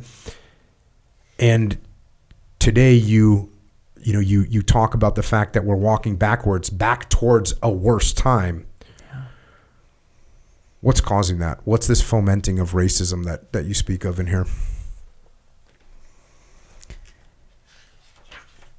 When we stand united as Americans, we pose a threat to those who benefit and gain power from the weakness that comes from divisiveness and division.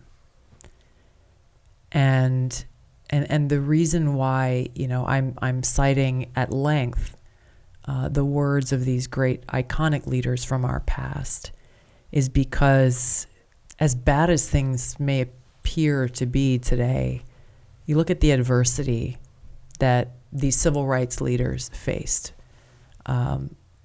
Not just threats of physical harm, but actual physical harm. And not just one incident, but over and over and over again.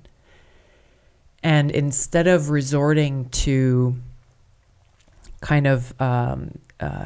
instead of resorting to violence, they had the courage to know that they were pursuing a path that was righteous, towards justice, towards equality, towards making that dream that Martin Luther King had a reality. And in doing so, they didn't trash our country. They didn't say America is a bad place, that you should hate this country. They remained rooted in and focused on those ideals and principles, the words that are in our Declaration of Independence, that point to our potential to bring about to make Martin Luther King's dream a reality. And the reason why I included these is because sometimes, we forget where we have come from as a country and how we have gotten to this place. And so when we look to those examples, especially with college students and people who are just coming into their own in adulthood and trying to figure out both who they are and what this country's about. And someone told me a statistic yesterday that over 30% of the Gen Z generation,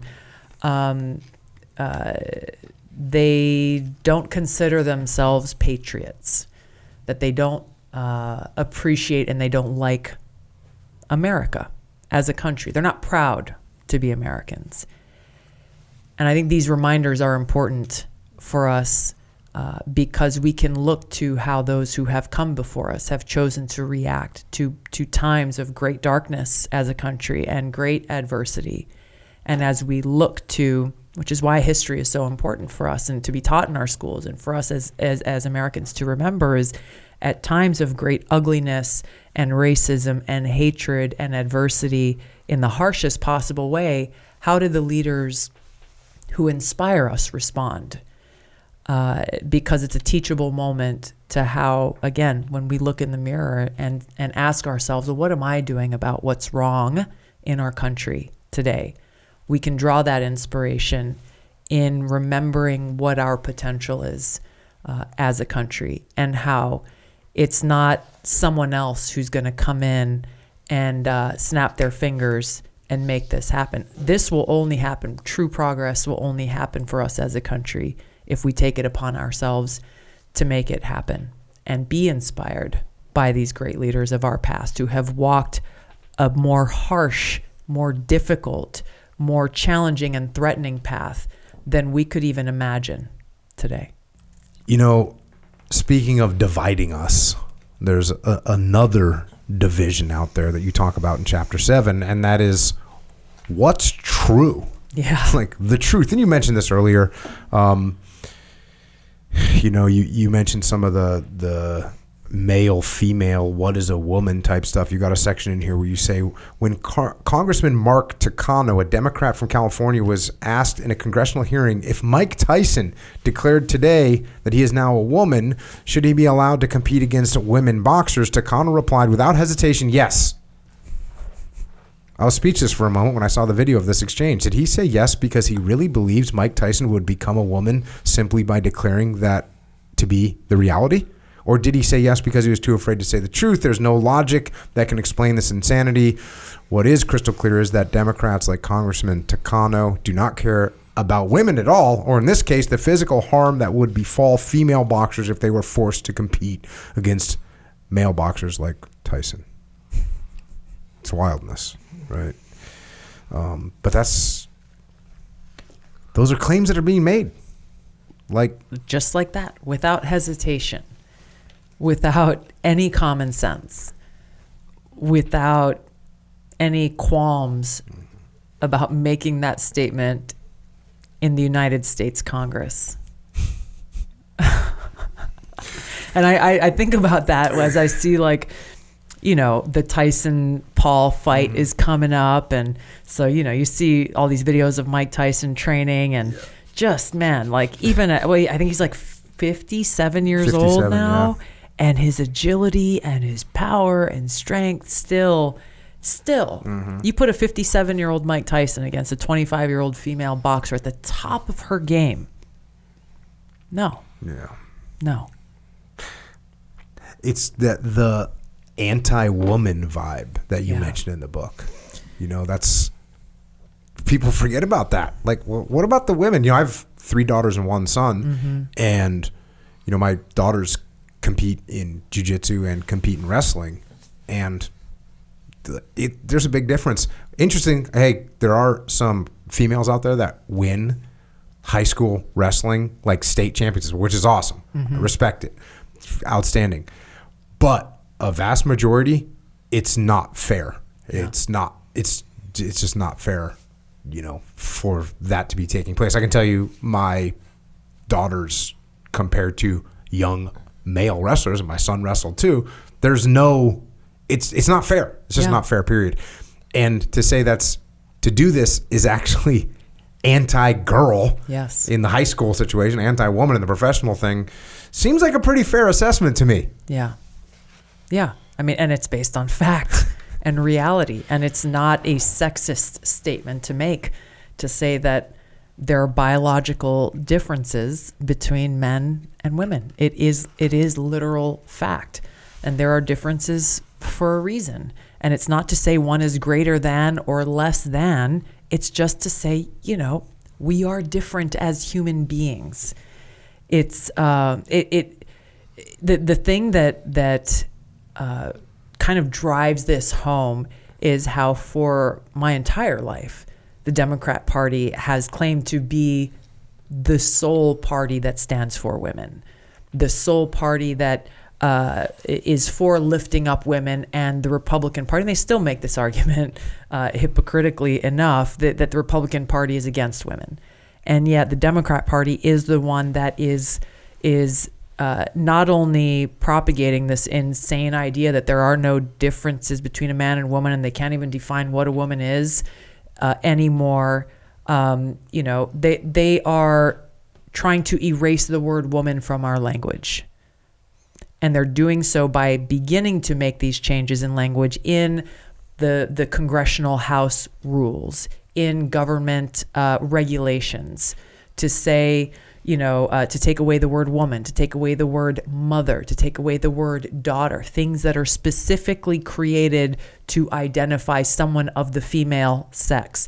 They're trying to erase now and replace with, ambiguous words like birthing person, or person who experiences menstruation, or a chest feeder.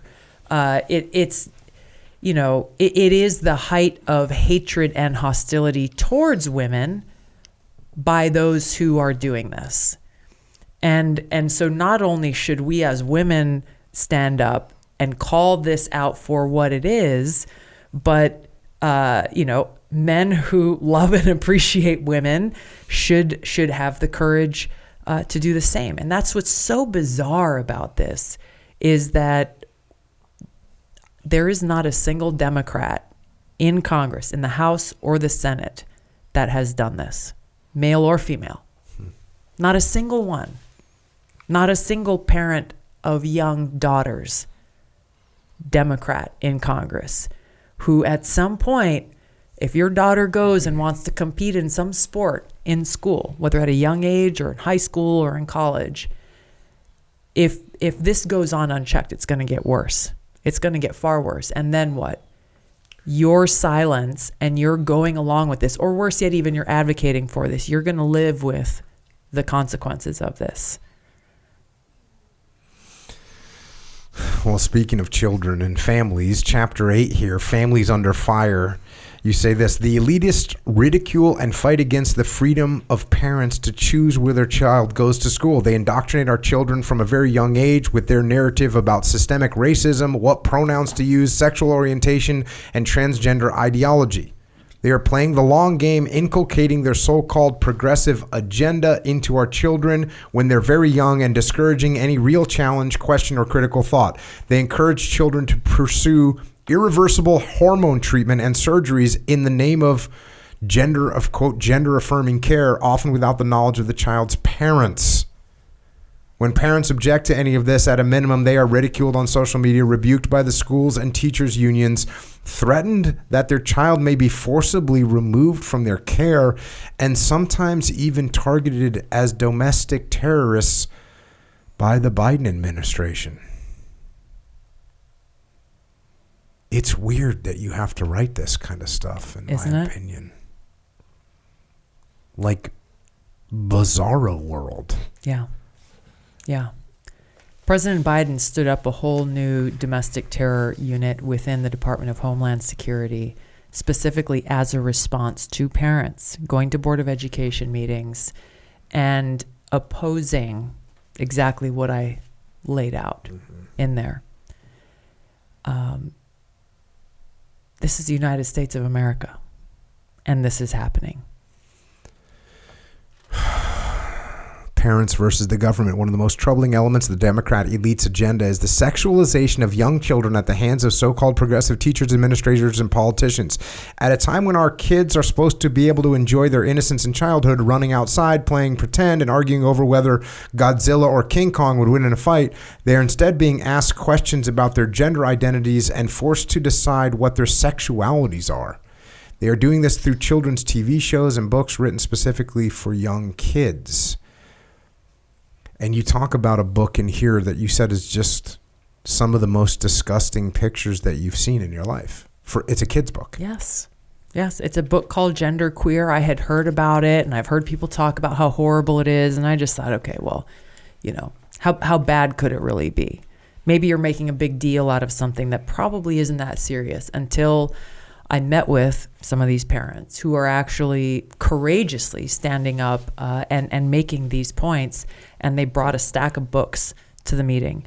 And so as we were talking, I just started grabbing some of the books and thumbing through it, and I was shocked. I was shocked by many of these books, but specifically the one I'm talking about is called Gender Queer, and what do they call it? It's a graphic novel and targeted towards middle schoolers.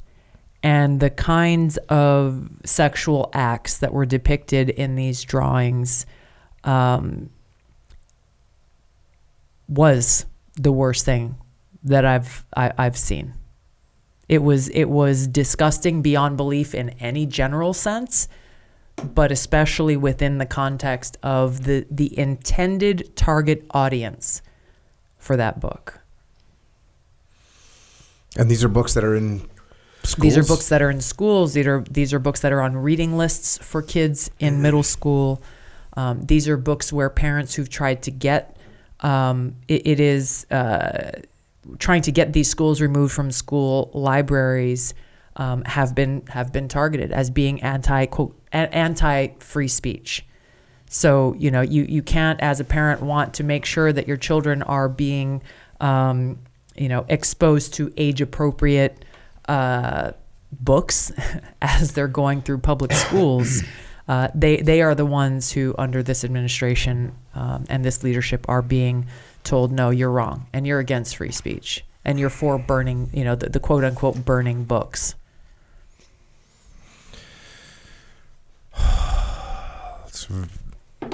Luckily, my kids are a little older, because it just sounds like it's just crazy time in there. Weird thing is, both my parents were teachers, but they were school teachers. My mom taught English. My dad taught history. Like, these are words that you use to speak, and this is the history of, the country and the world. Yeah. That's what they taught. Yeah.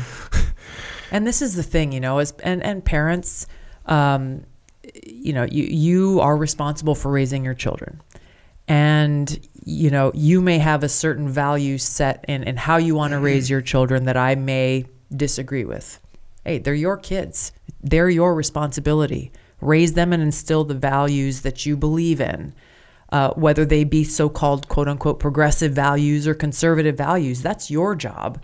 It's not the job of the education system to decide what value set they want and they believe is right to instill into your children. And this kind of goes back to, the challenge of what is the role of government in our society. Yes. Okay, let's talk about reading and writing and math and science and history and the Constitution and civics. Like, these are our foundational things that make up an education for a child. But this is the problem of where our federally driven education system has gotten in promoting a very specific agenda, and not only promoting that value set and that agenda that is, it is their quote unquote progressive agenda, but they are saying, well, parents, we're taking over this. You don't even get to have a say in what we are teaching your child in school. And oh, by the way, we're not even going to give you the choice to go and choose a charter school or a private school or a religious school, even though we're using your taxpayer dollars to quote unquote educate your children.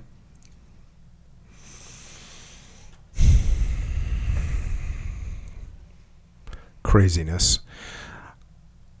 You say this as well. Our country's elite see the well-being of people and families as an afterthought to the well-being of the economy. Their measure of success is whether or not someone has a college degree. The fancier, more expensive school, the better. They don't even care what the degree is in. They just assume that because you have a piece of paper with diploma written across the top, you're a more intelligent, successful person. This has resulted in an entire generation of Americans buried in lifelong student loan debt, unable to get a job in their chosen field, holding a piece of paper that has become increasingly meaningless. Every month, the health of our country is measured by those in the government and the media through unemployment numbers and gross domestic product. A good year means unemployment is down and GDP is up, but they are not measuring how many people in this country are actually happy. Many people who have good paying jobs, fancy college degrees, and lots of money are unhappy and divorced with children who won't talk to them. They're not measuring the deep sadness and longing of a new mother who wants nothing more than to raise her child at home. Instead, the politicians say she should be grateful because they're giving her taxpayer dollar to hand over her child to a stranger at daycare. They're not measuring the ever-increasing number of Americans on antidepressants because of the anxiety caused by their job or family life being in shambles. To the elite, we are all worker bees whose purpose in life is to fuel the machine of the nation's economy and the corporate industrial complex. The harder we work, the more taxes we pay, the more revenue the government is able to raise, which feeds into the establishment's ability to grow and build more power. They don't care about the people. They've forgotten that the purpose of government is to be limited and defend our right to live free in the way that we choose. And I'm going to close out my little reading of this book here with this section. The solution is simple. We need leaders, Democrats, independents, and Republicans, to uphold the Constitution and put the well-being and interests of the people first. Our founders placed the power in the hands of the American people to decide who we want to serve in our government. Our government. When election day comes around, cast your vote carefully. Those who don't care about the people do not deserve the honor of serving the people in our government. It's on us. It's on us. It's on us. How do we have the biggest impact? So what can the person that's listening to this right now do to have the biggest impact in the coming election, in their communities, in America? The bare minimum: be informed and defend your freedom by using it, and cast your vote.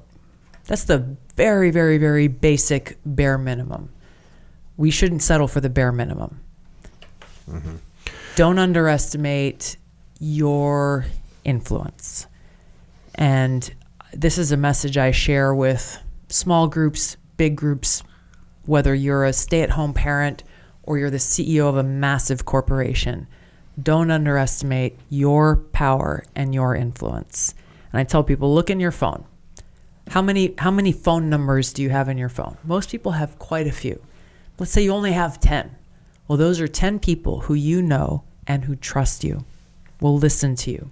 And if you share what's on your heart, what your concerns are, and why you are spurred to take action to save our country, call those 10 people and have a conversation. Call those 50 people. Call those people who maybe you haven't talked to in a long time, or the people who you know may not already be informed or may not see the truth and the reality of the seriousness of the threat that we face to our fundamental principles and values as a country. Too many people believe that their voice and their vote won't make a difference. That's nonsense. It is literally the only thing that will make a difference in our effort to save our country. There are so many, we can have conversations about, how we tackle immigration reform and how we tackle healthcare and all of the massive problems with healthcare in our country and education. These are debates and conversations we need to have as a country. But unless we take this first step of defending the fundamental principles and values that allow us to have those debates and those dialogues and to disagree privately and publicly and come to better and stronger solutions to solve these problems, unless we do that, then we won't even have the opportunity. We won't have the opportunity to exercise those freedoms. Don't underestimate your power, your influence, and singularly your ability to take action and save our country. When you say be informed, what's the best way to be informed in a balanced way? Is it to listen to with big ears to lots of different inputs and suss out what you think somewhere makes sense somewhere? I mean, let's face it, the media has all kinds of agendas that they're trying to push and get through, and social media has all kinds of agenda. What do you recommend for a good way to stay informed? Yeah, listen. Or be informed. Listen and read to different views, different perspectives. Understand that there, especially amongst the mainstream media, there is a bias. But once you kind of, for me, like I listen to a bunch of different podcasts usually while I'm working out, and there are some that I listen to that have views that I agree with. But then I also go and listen to others who I already know from the outset. Very likely they're coming from a different value standpoint. But I want to know and better understand what is their argument, what's the narrative that they're pushing, and I always learn a lot across the board. Being informed doesn't mean just going to the echo chamber where you feel comfortable. It's actually putting yourself in a place where you might not feel comfortable, where and we talked about this a little bit earlier, where something that may be or you believe to be right is challenged. A view on a particular issue, and that I've experienced allows me the opportunity to be like, oh wow, okay, I never thought about this from that angle before. Let me go and do some more work and do some more research and better understand that view or that perspective or something that is maybe a hole in my own argument, and that either allows us the opportunity to strengthen our position by becoming better informed, or it's like, oh gosh, that's actually a really valid point that's worth considering, and maybe I need to rethink this. Mm-hmm. We end up better as individuals, more informed, and holding stronger positions. But it more importantly, I think it allows us to be able to take that knowledge and actually use it to help guide others. And to be able to make sure that we are getting to a place of real solutions and a stronger place as a country.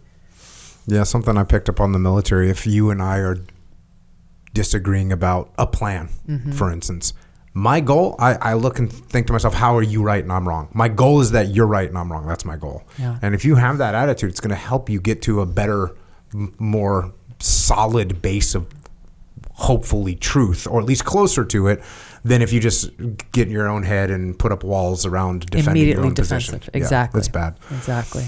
What does your political future look like right now? Do you have any idea? Did RFK talk to you about RFK Jr. talk to you about being? I thought you might get a VP nod from RFK. We have had many conversations. I've gotten to know him over the past. Mm-hmm. I think it's been over the past year and a half or so. And we've become friends as a result of that. I respect and appreciate him, and he asked me to be his running mate. Oh, really? Yeah. I took... Does anyone know that? Yeah. How did I miss that? A couple of people know that. Does millions of people know that right now, or is they just finding out right now? No, it broke news for like a couple of days, and then it kind of the news cycle moved on. Yeah. I really carefully thought this through and considered it seriously and took the time. In doing so, ultimately, I respectfully declined. Do you think you'll get asked by Trump? I don't know. Word on the street is, I'm one of the names that's being considered, but who knows? Mm-hmm. For me, my mission in what I'm trying to do, and this book is a part of that greater mission in our country, to help wake people up who aren't already aware of the truth about what's happening, and to spur that action by every American to want to save our country. That doesn't change, no matter what. I have some friends that absolutely hate Donald Trump and love you. It would throw them into a real discombobulated scenario.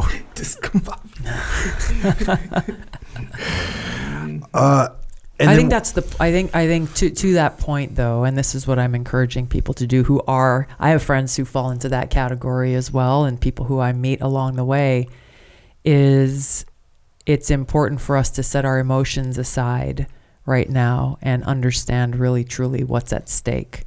And while you may not be happy with the options that are on the table, this is where that pragmatism comes into play.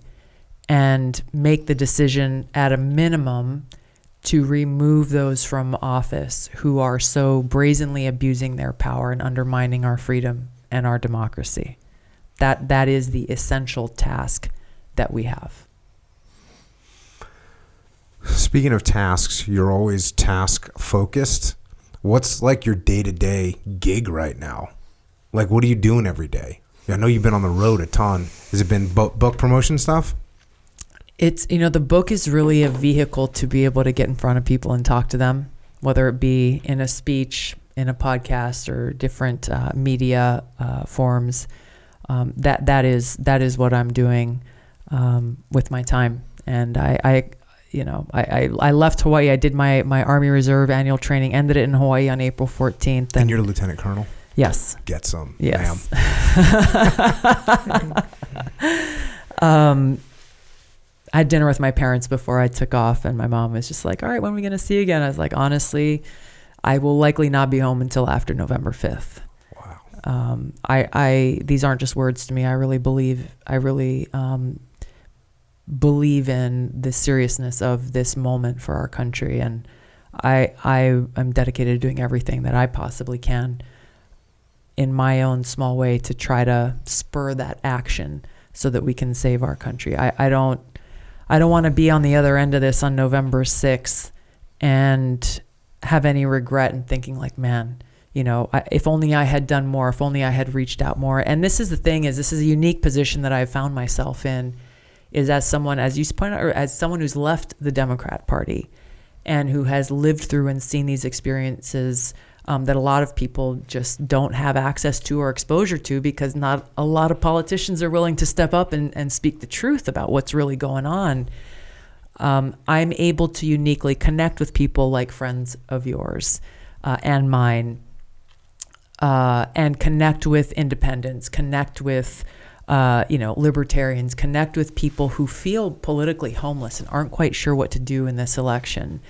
And if I can connect with them and help encourage them to like, hey, now is the moment we've got to focus on the most important thing, and then get after the tough work that comes after that to get our country back on track, and encourage other servant leaders to step up, to run for office, so that we have great choices of leaders to choose from.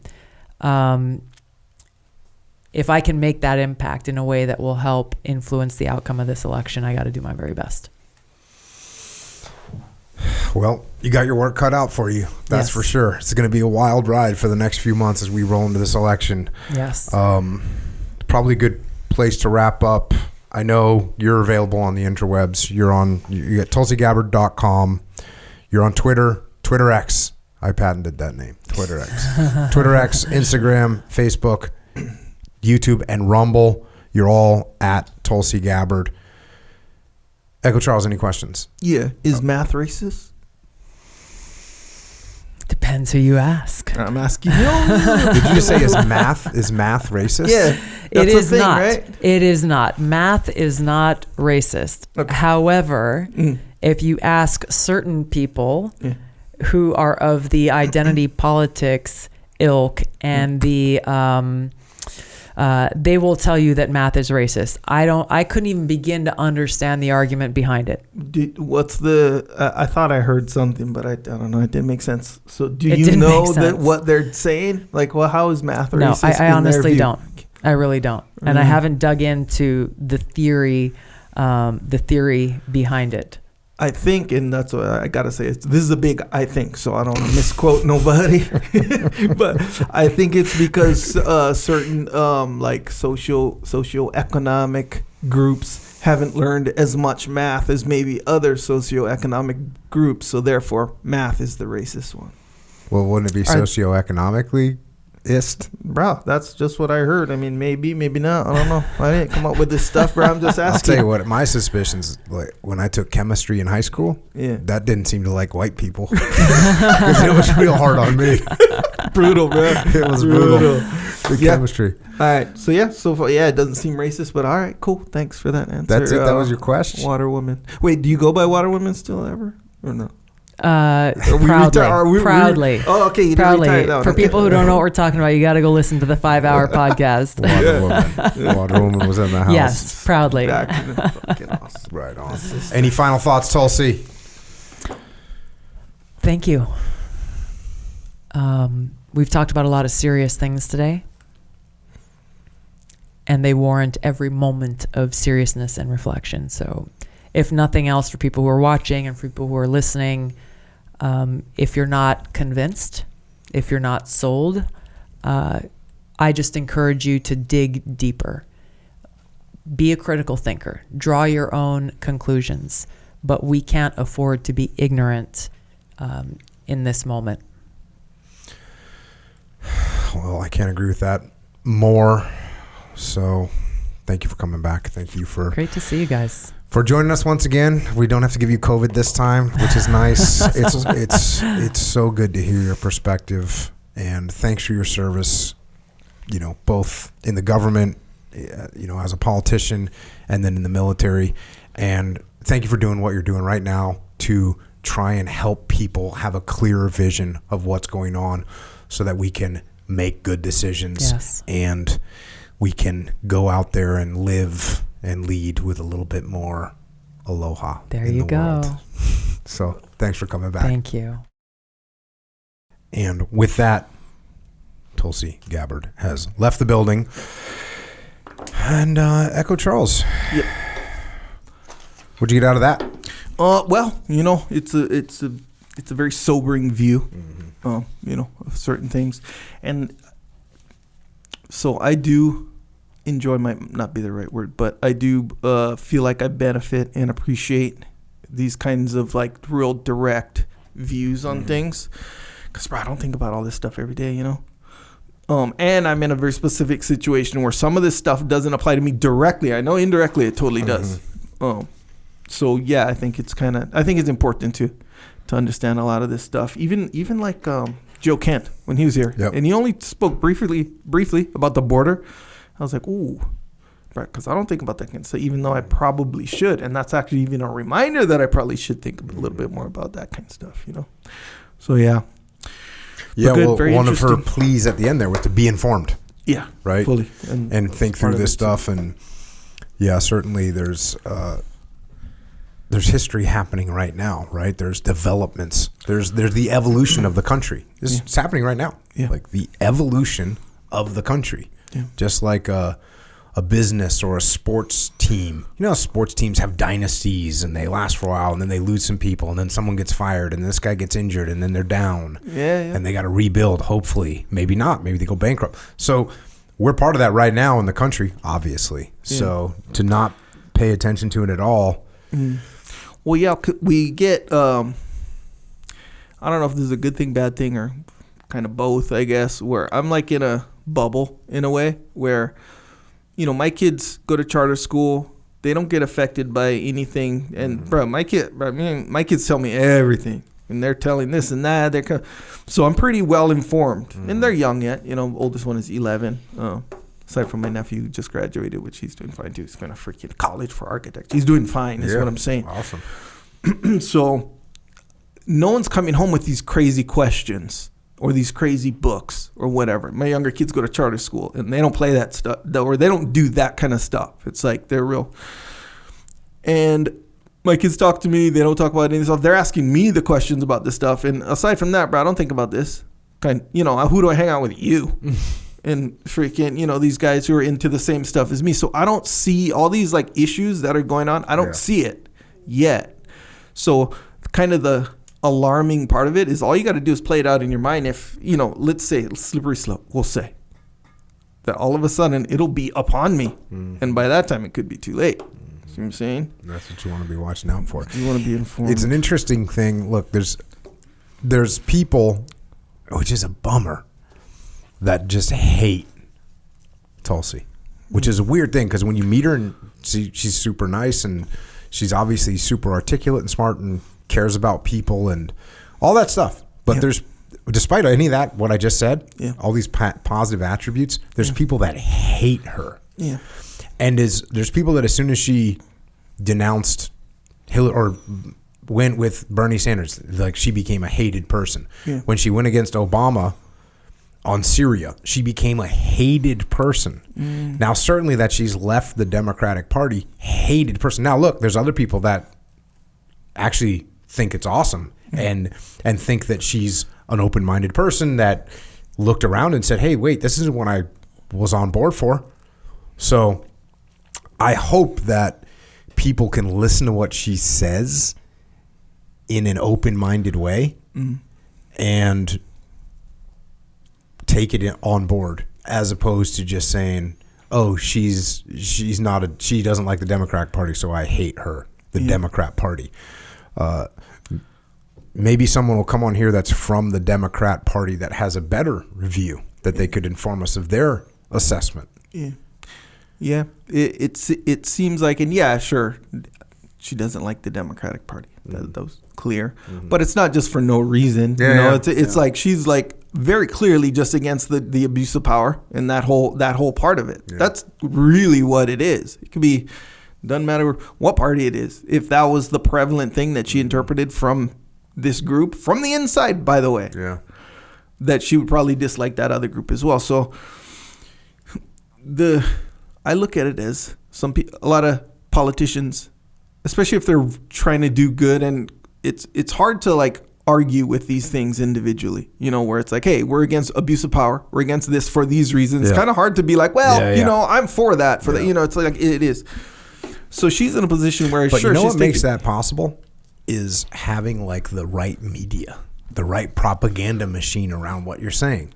Because when you say, look, this is going to destroy the country, people are like, oh, well, I don't want to destroy the country, so I guess we need to be invasive in our assessment and digital tracking of people. Like, this is going to destroy the country if we don't do this. You're like, oh, I don't want to destroy the country. Okay, go ahead and track everything.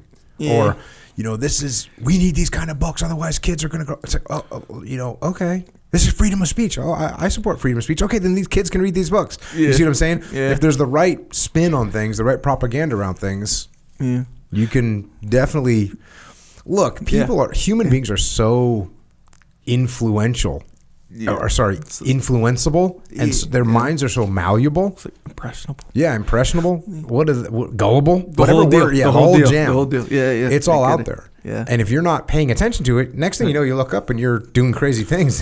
And here's the thing, bro. I'm not above it, by the way.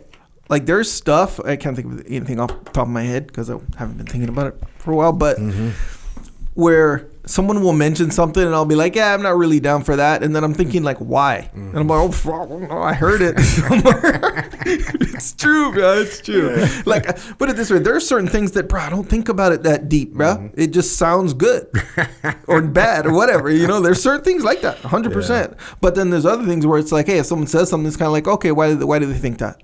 Okay, these people competing in female sports who are male. Like, okay, why is that bad? And you think, if you go down the line, think, why is it bad, or why do I agree or disagree with it? If you go down the line and you come to like a conclusion, but you got to be informed, then okay, it's gonna make sense. But not everything's like that. You got to admit. So the point is, it makes sense to a degree that at the very least, some people are like that. super impressionable. They hear something cool that sounds good from someone they like the vibe, they like the sound of this person, and freaking hell yeah, I'm on board with that. You know, in the Underground podcast, we covered all those biases. Like we've gone through all different kinds of biases. But one thing when it comes to, for me, like this idea of being informed, what's that? Give me that definition you gave of meta the other day. Meta. Oh yeah, the fundamental quality that gives rise to the more identifiable quality. Yeah. Or skill or whatever. Yeah, so that's not it. Basically, with the way when I look at any piece of news, right, I don't believe it. I basically don't believe it.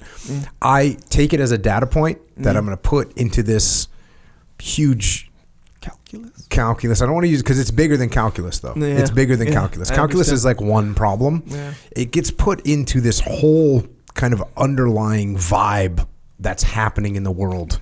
Yeah, I understand. So it's all part of the calculus that's going in, but it's bigger than just one piece of calculus. It's a whole underlying sort of theme of what's happening in a certain area. Yeah. And you only can just add a little bit to it, take a little bit away from it, but you can't change. I don't see one story about something and go, oh, well, that's my opinion now. Yeah. Especially because you got to watch out for your own bias, because when you see something that supports what you kind of think anyways, you 100% buy into that story. And when you see something that doesn't support what you already believe, then you're like, that's bullshit. Yeah. That's the trap that everyone falls into. Yeah. So for me, I just be like, yeah, that's probably not true, or parts of that are true and false, and parts of this are true and false. And I'm going to take a real slow and non-judgmental way of looking at the world. Yeah, it's good. Like very, very non-judgmental and like I don't know the answer. Yeah. I don't know what's happening on the ground in this country or that country. Yeah. I don't know what's happening. I'm not there. And so when I see a piece of news about it, I go, oh, well, there's going to be some truth into that piece of news, into that video, into that social media clip that's going viral or whatever. Like, there's going to be some truth in there. There's also going to be some agenda in there. And guess what? The counter to that is going to give you the same thing. Some level of truth, some level of not truth, some level of spin and agenda. So, the being in the military of being, you've heard me say it 1,000 times before, the first report is always wrong. Like the first report is always wrong. Why? Because it's wrapped up in emotions. It's wrapped up because it's only one person's perspective. There's panic in those things. There's misinformation that's not on purpose, but it's just like we didn't see what happened. Yeah. So I've carried that idea into not just the first report, but basically into kind of all reports. Yeah. That all reports are one person's perspective of a thing that are going to help you hopefully paint a larger, more accurate picture over an extended period of time and space. Because the further you get away from things, they look different and in both time and space. So when I get right down on the ground, this is what happened, that's terrible, you back up a little bit or you let some time go, and I go, oh, I see why that happened. Yeah. Or you get down on the ground, you're like, oh, that's great. And you back away a little bit and you go, wait a second, that wasn't that great. And actually that's bad. So time and space, just like the theory of relativity, time and space is malleable. It also changes your perception and the reality of things that occurred, whether it was a day ago, a year ago, a month ago, 10 years ago. And those things change when you start putting all the other lenses that have now been placed on your eyes, given all the other information that you've taken on board. Yeah. So be informed, but be informed with an open mind. Yeah. Pay attention to everything that's coming in, to all these different data points that you're getting, but don't weight them too heavily. Yeah. Or at least make sure you weight them one way or the other. Know that if you get something from Fox News, it's got to have this spin. If you got something from MSNBC, it's going to have a different spin. Know that. Instead of just thinking, well, MSNBC is right or Fox News is right. Yeah. You can't be thinking that way. You got to think, here's the input that I'm getting. Yeah. Here's the biases around the input that I'm getting. Here's the biases from the source of the input that I'm getting. But a lot of people freak out about a lot of little things, a lot of little changes. And it's very difficult. It's not a great idea to live like that. So be careful. Can jam you up. Be careful out there. One thing that we can be sure about. Yes. Is that we're lifting. We're getting. You did squats today? Squats today, this morning. Right. Yeah, morning squats, and I know you're different, bro. But the squats in the morning versus in the afternoons, like it hits different. Like you're way more stiff.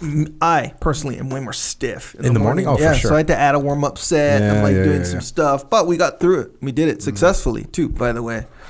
But sitting down for 4 hours afterwards straight, it's like not the best move. Yeah, makes it a little bit more challenging. But Did you get some protein? We got some protein. I got 2 mulks. 2 mulks. So we're doing good. 60 grams of protein right there. Outstanding. Like I just have one. I'm drinking one right now. A little banana activity on the mulk. So JockoFuel.com. If you need fuel for your system, go to JockoFuel.com. You can get protein. You can get energy. You can get hydrate now. Yeah. Hydrates are just so good. So good.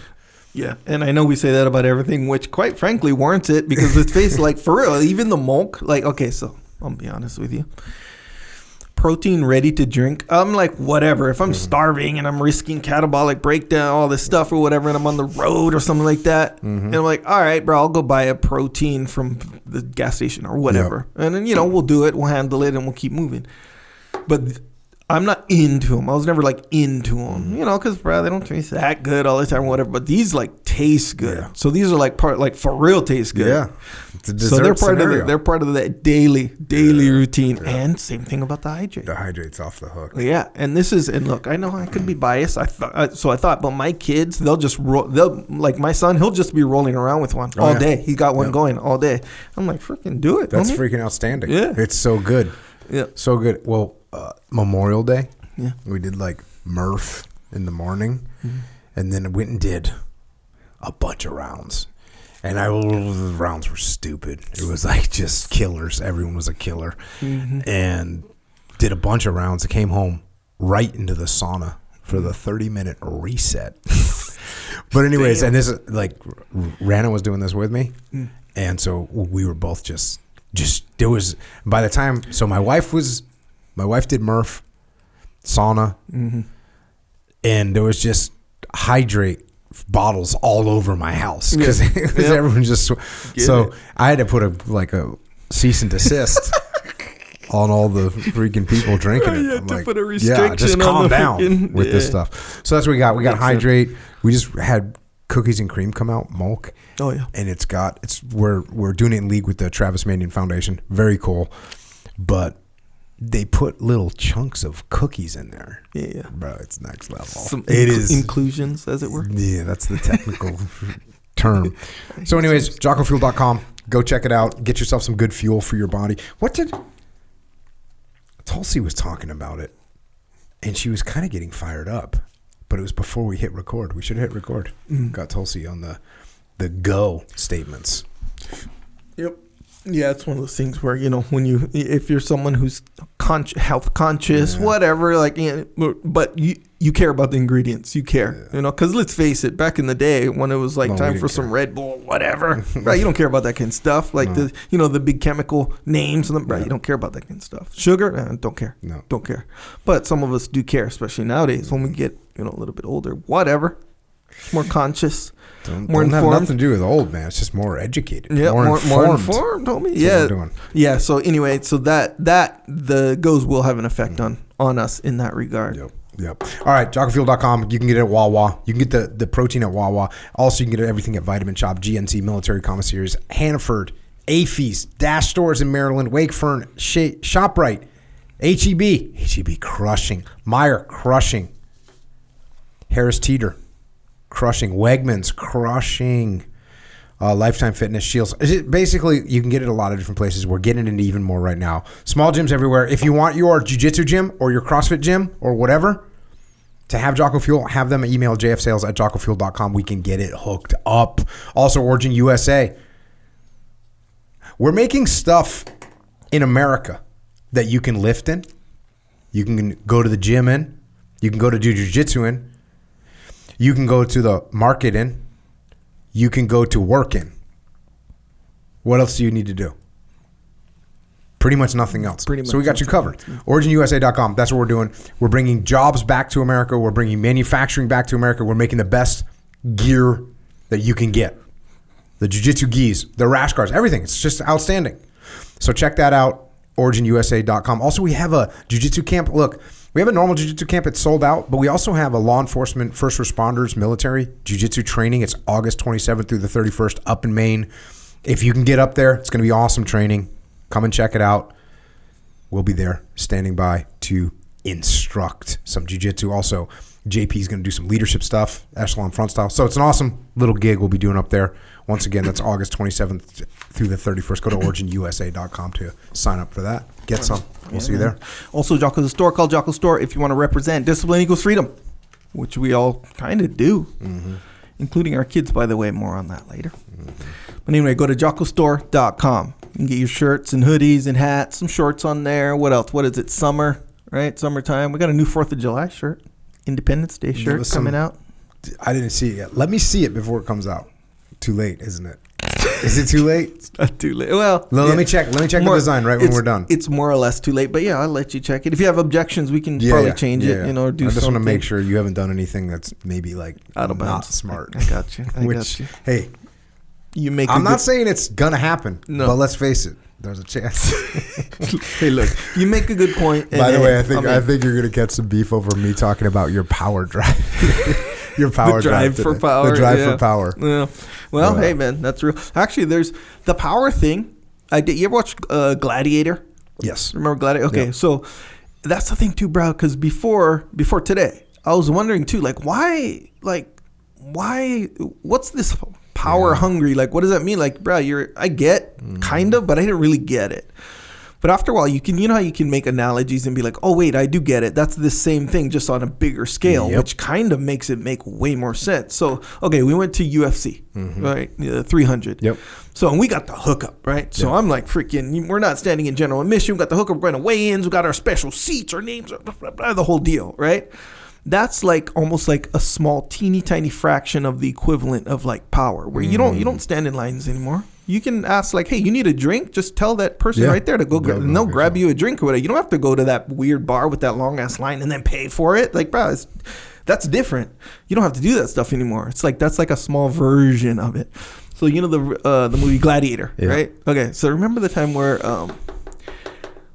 what's his name? Commodus, right? The Emperor, Joaquin Phoenix, whatever. He's watching the Gladiator, Russell Crowe defeat everyone, and he's fighting. There's maybe a couple of fights he saw already, and he's like, I like this Gladiator. Oh, it was the time where he was supposed to lose, but he won. He's like, oh, I like surprises. You remember that? It was like a historical. I don't really remember it, but okay. It was like a historical fight where this group was supposed to win, but the Gladiator, Russell Crowe, was on the other side, and he just forced the win and freaking and Commodus was like, oh, I kind of like surprises. Like, that was interesting. And he's like, who's this Gladiator?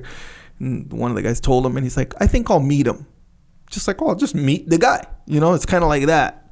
This whole power thing where you can just go meet whoever you want. You can ask them for whatever you want. It's like you can just roll around and get big, massive things like whenever you want at a whim, And then like to hold on to that makes sense because one day you're just not going to get it, bro. That doesn't make, So you can kind of imagine people in that position. And then she mentioned the identity thing. Now that's kind of who you are. It's like, bro, imagine losing all your abilities now, losing them. Oof. And then it's on that level. It's like, oh, okay, I get it. You're going to be a white belt again? Yeah. Or whatever. Yeah, or whatever. Exactly right. It'd be kind of fun to like relearn everything though. Yeah, but you're different. I'm just, just losing all your powers. Put it this way. It makes sense. Check. Anyway, back to Jocko's store. I think you need to make a power drive t-shirt and like have like a meter on it. It can be low, medium, high. All right, I'll take it from your advisement. Anyway, yeah, Jocko Store, represent discipline equals freedom. The shirt locker subscription scenario, new design every month. People seem to like it. Go on there, check it out. If you think it's cool, hey, get that too. They're all available. Like I said, JockoStore.com. Also, you need some steak. Go to primalbeef.com or coloradocraftbeef.com to get the best steak. That's another thing. Like once you go hard, you need steak. Yes. Yes, so check it out. ColoradoCraftBeef.com or PrimalBeef.com. Awesome companies, awesome people, and awesome steak. Check them out. Also, subscribe to the podcast. Also, JockoUnderground.com. Also, we have YouTube channels. Also, Psychological Warfare. Also, Flipside Canvas. Dakota Meyer making cool stuff to hang on your wall. Books. Obviously, For Love of Country by Tulsi Gabbard. Check it out. Pick it up. So many. You're going to have... Look, even if you don't agree with anything that she says in there, you should at least be informed. You should at least hear what her perspective is, because she's been inside of the government apparatus. And you want to know what that looks like in there. You want to know how they're making that sausage. It ain't pretty. I'm here to tell you right now. So check that out. Also, I've written a bunch of books. You guys know what they are. If you need some of those, you can get them. Also, I've written a bunch of kids' books. Kids' books are getting turned into a movie, which is I'm super stoked for. Super stoked for. Check it out. The movie's not coming out for like a year. So, what are you doing for the next year? How far forward can your kid be if they start reading the books right now? And spoiler alert. Spoiler alert. The movie's a little bit different than the books. It's obviously the principles are the same and the themes are the same, but it's a little bit of a different story. Yeah. And to be honest with you, it's a better story for a movie, right? Yeah. But you're going to be stoked. I know.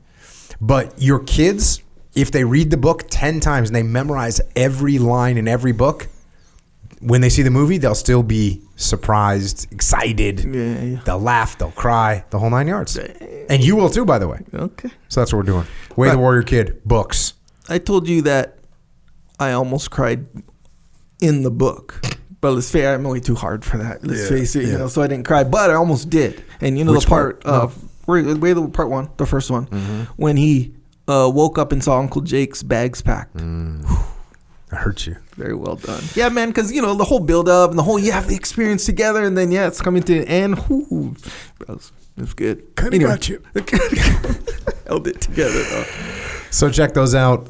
And then Echelon Front, we have a leadership consultancy. We solve problems through leadership. Go to echelonfront.com for details on that. Next event we have is the muster in Dallas. Actually, we have the council. I think it might be sold out up in Washington State. Anyways, you want to come to one of our events or you want to get help inside your organization with leadership. That's what we do. So go to echelonfront.com. Check that out. Also, we have an online training academy if you want to learn how to lead people, including yourself, and how to get through your life. Go to extremeownership.com. Check that out.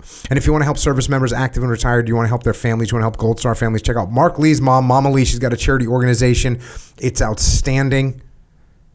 If you want to donate or you want to get involved, go to americasmightywarriors.org. That money that you send will help veterans get medical treatment that the VA doesn't pay for, that the government doesn't pay for. She does a bunch of other things too, but I've seen that program personally impact people in an extremely positive way. So americasmightywarriors.org, also heroesandhorses.org. Micah Fink taking vets up into the wilderness to get wild so they can get found. heroesandhorses.org. And then Jimmy May's organization, beyondthebrotherhood.org, helping military people transition to the civilian sector. If you want to connect with Tulsi Gabbard, she's on the interwebs, tulsigabbard.com. She is on social media platforms, Twitter, X, Instagram, Facebook, YouTube, Rumble. She's there. All those platforms, she's at Tulsi Gabbard. And as far as me, I'm at Jocko.com. I'm also on social media at Jocko Willink. Echo's at Echo Charles. Just be careful because there's an algorithm. I thought that social media was falling back. What is it? Copping out? What is it?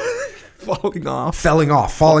I thought social media was falling off, No. but apparently Echo Charles says it's not falling off. No, I don't think so. Which shows you that he might be getting a little bit, Sucked in the algorithms algorithm. might be getting the other upper hand. Yeah. It's a monster. Don't let it get you. Thanks once again to Tulsi Gabbard for joining us. And thank you, Tulsi, for everything that you have done and continue to do for our great nation.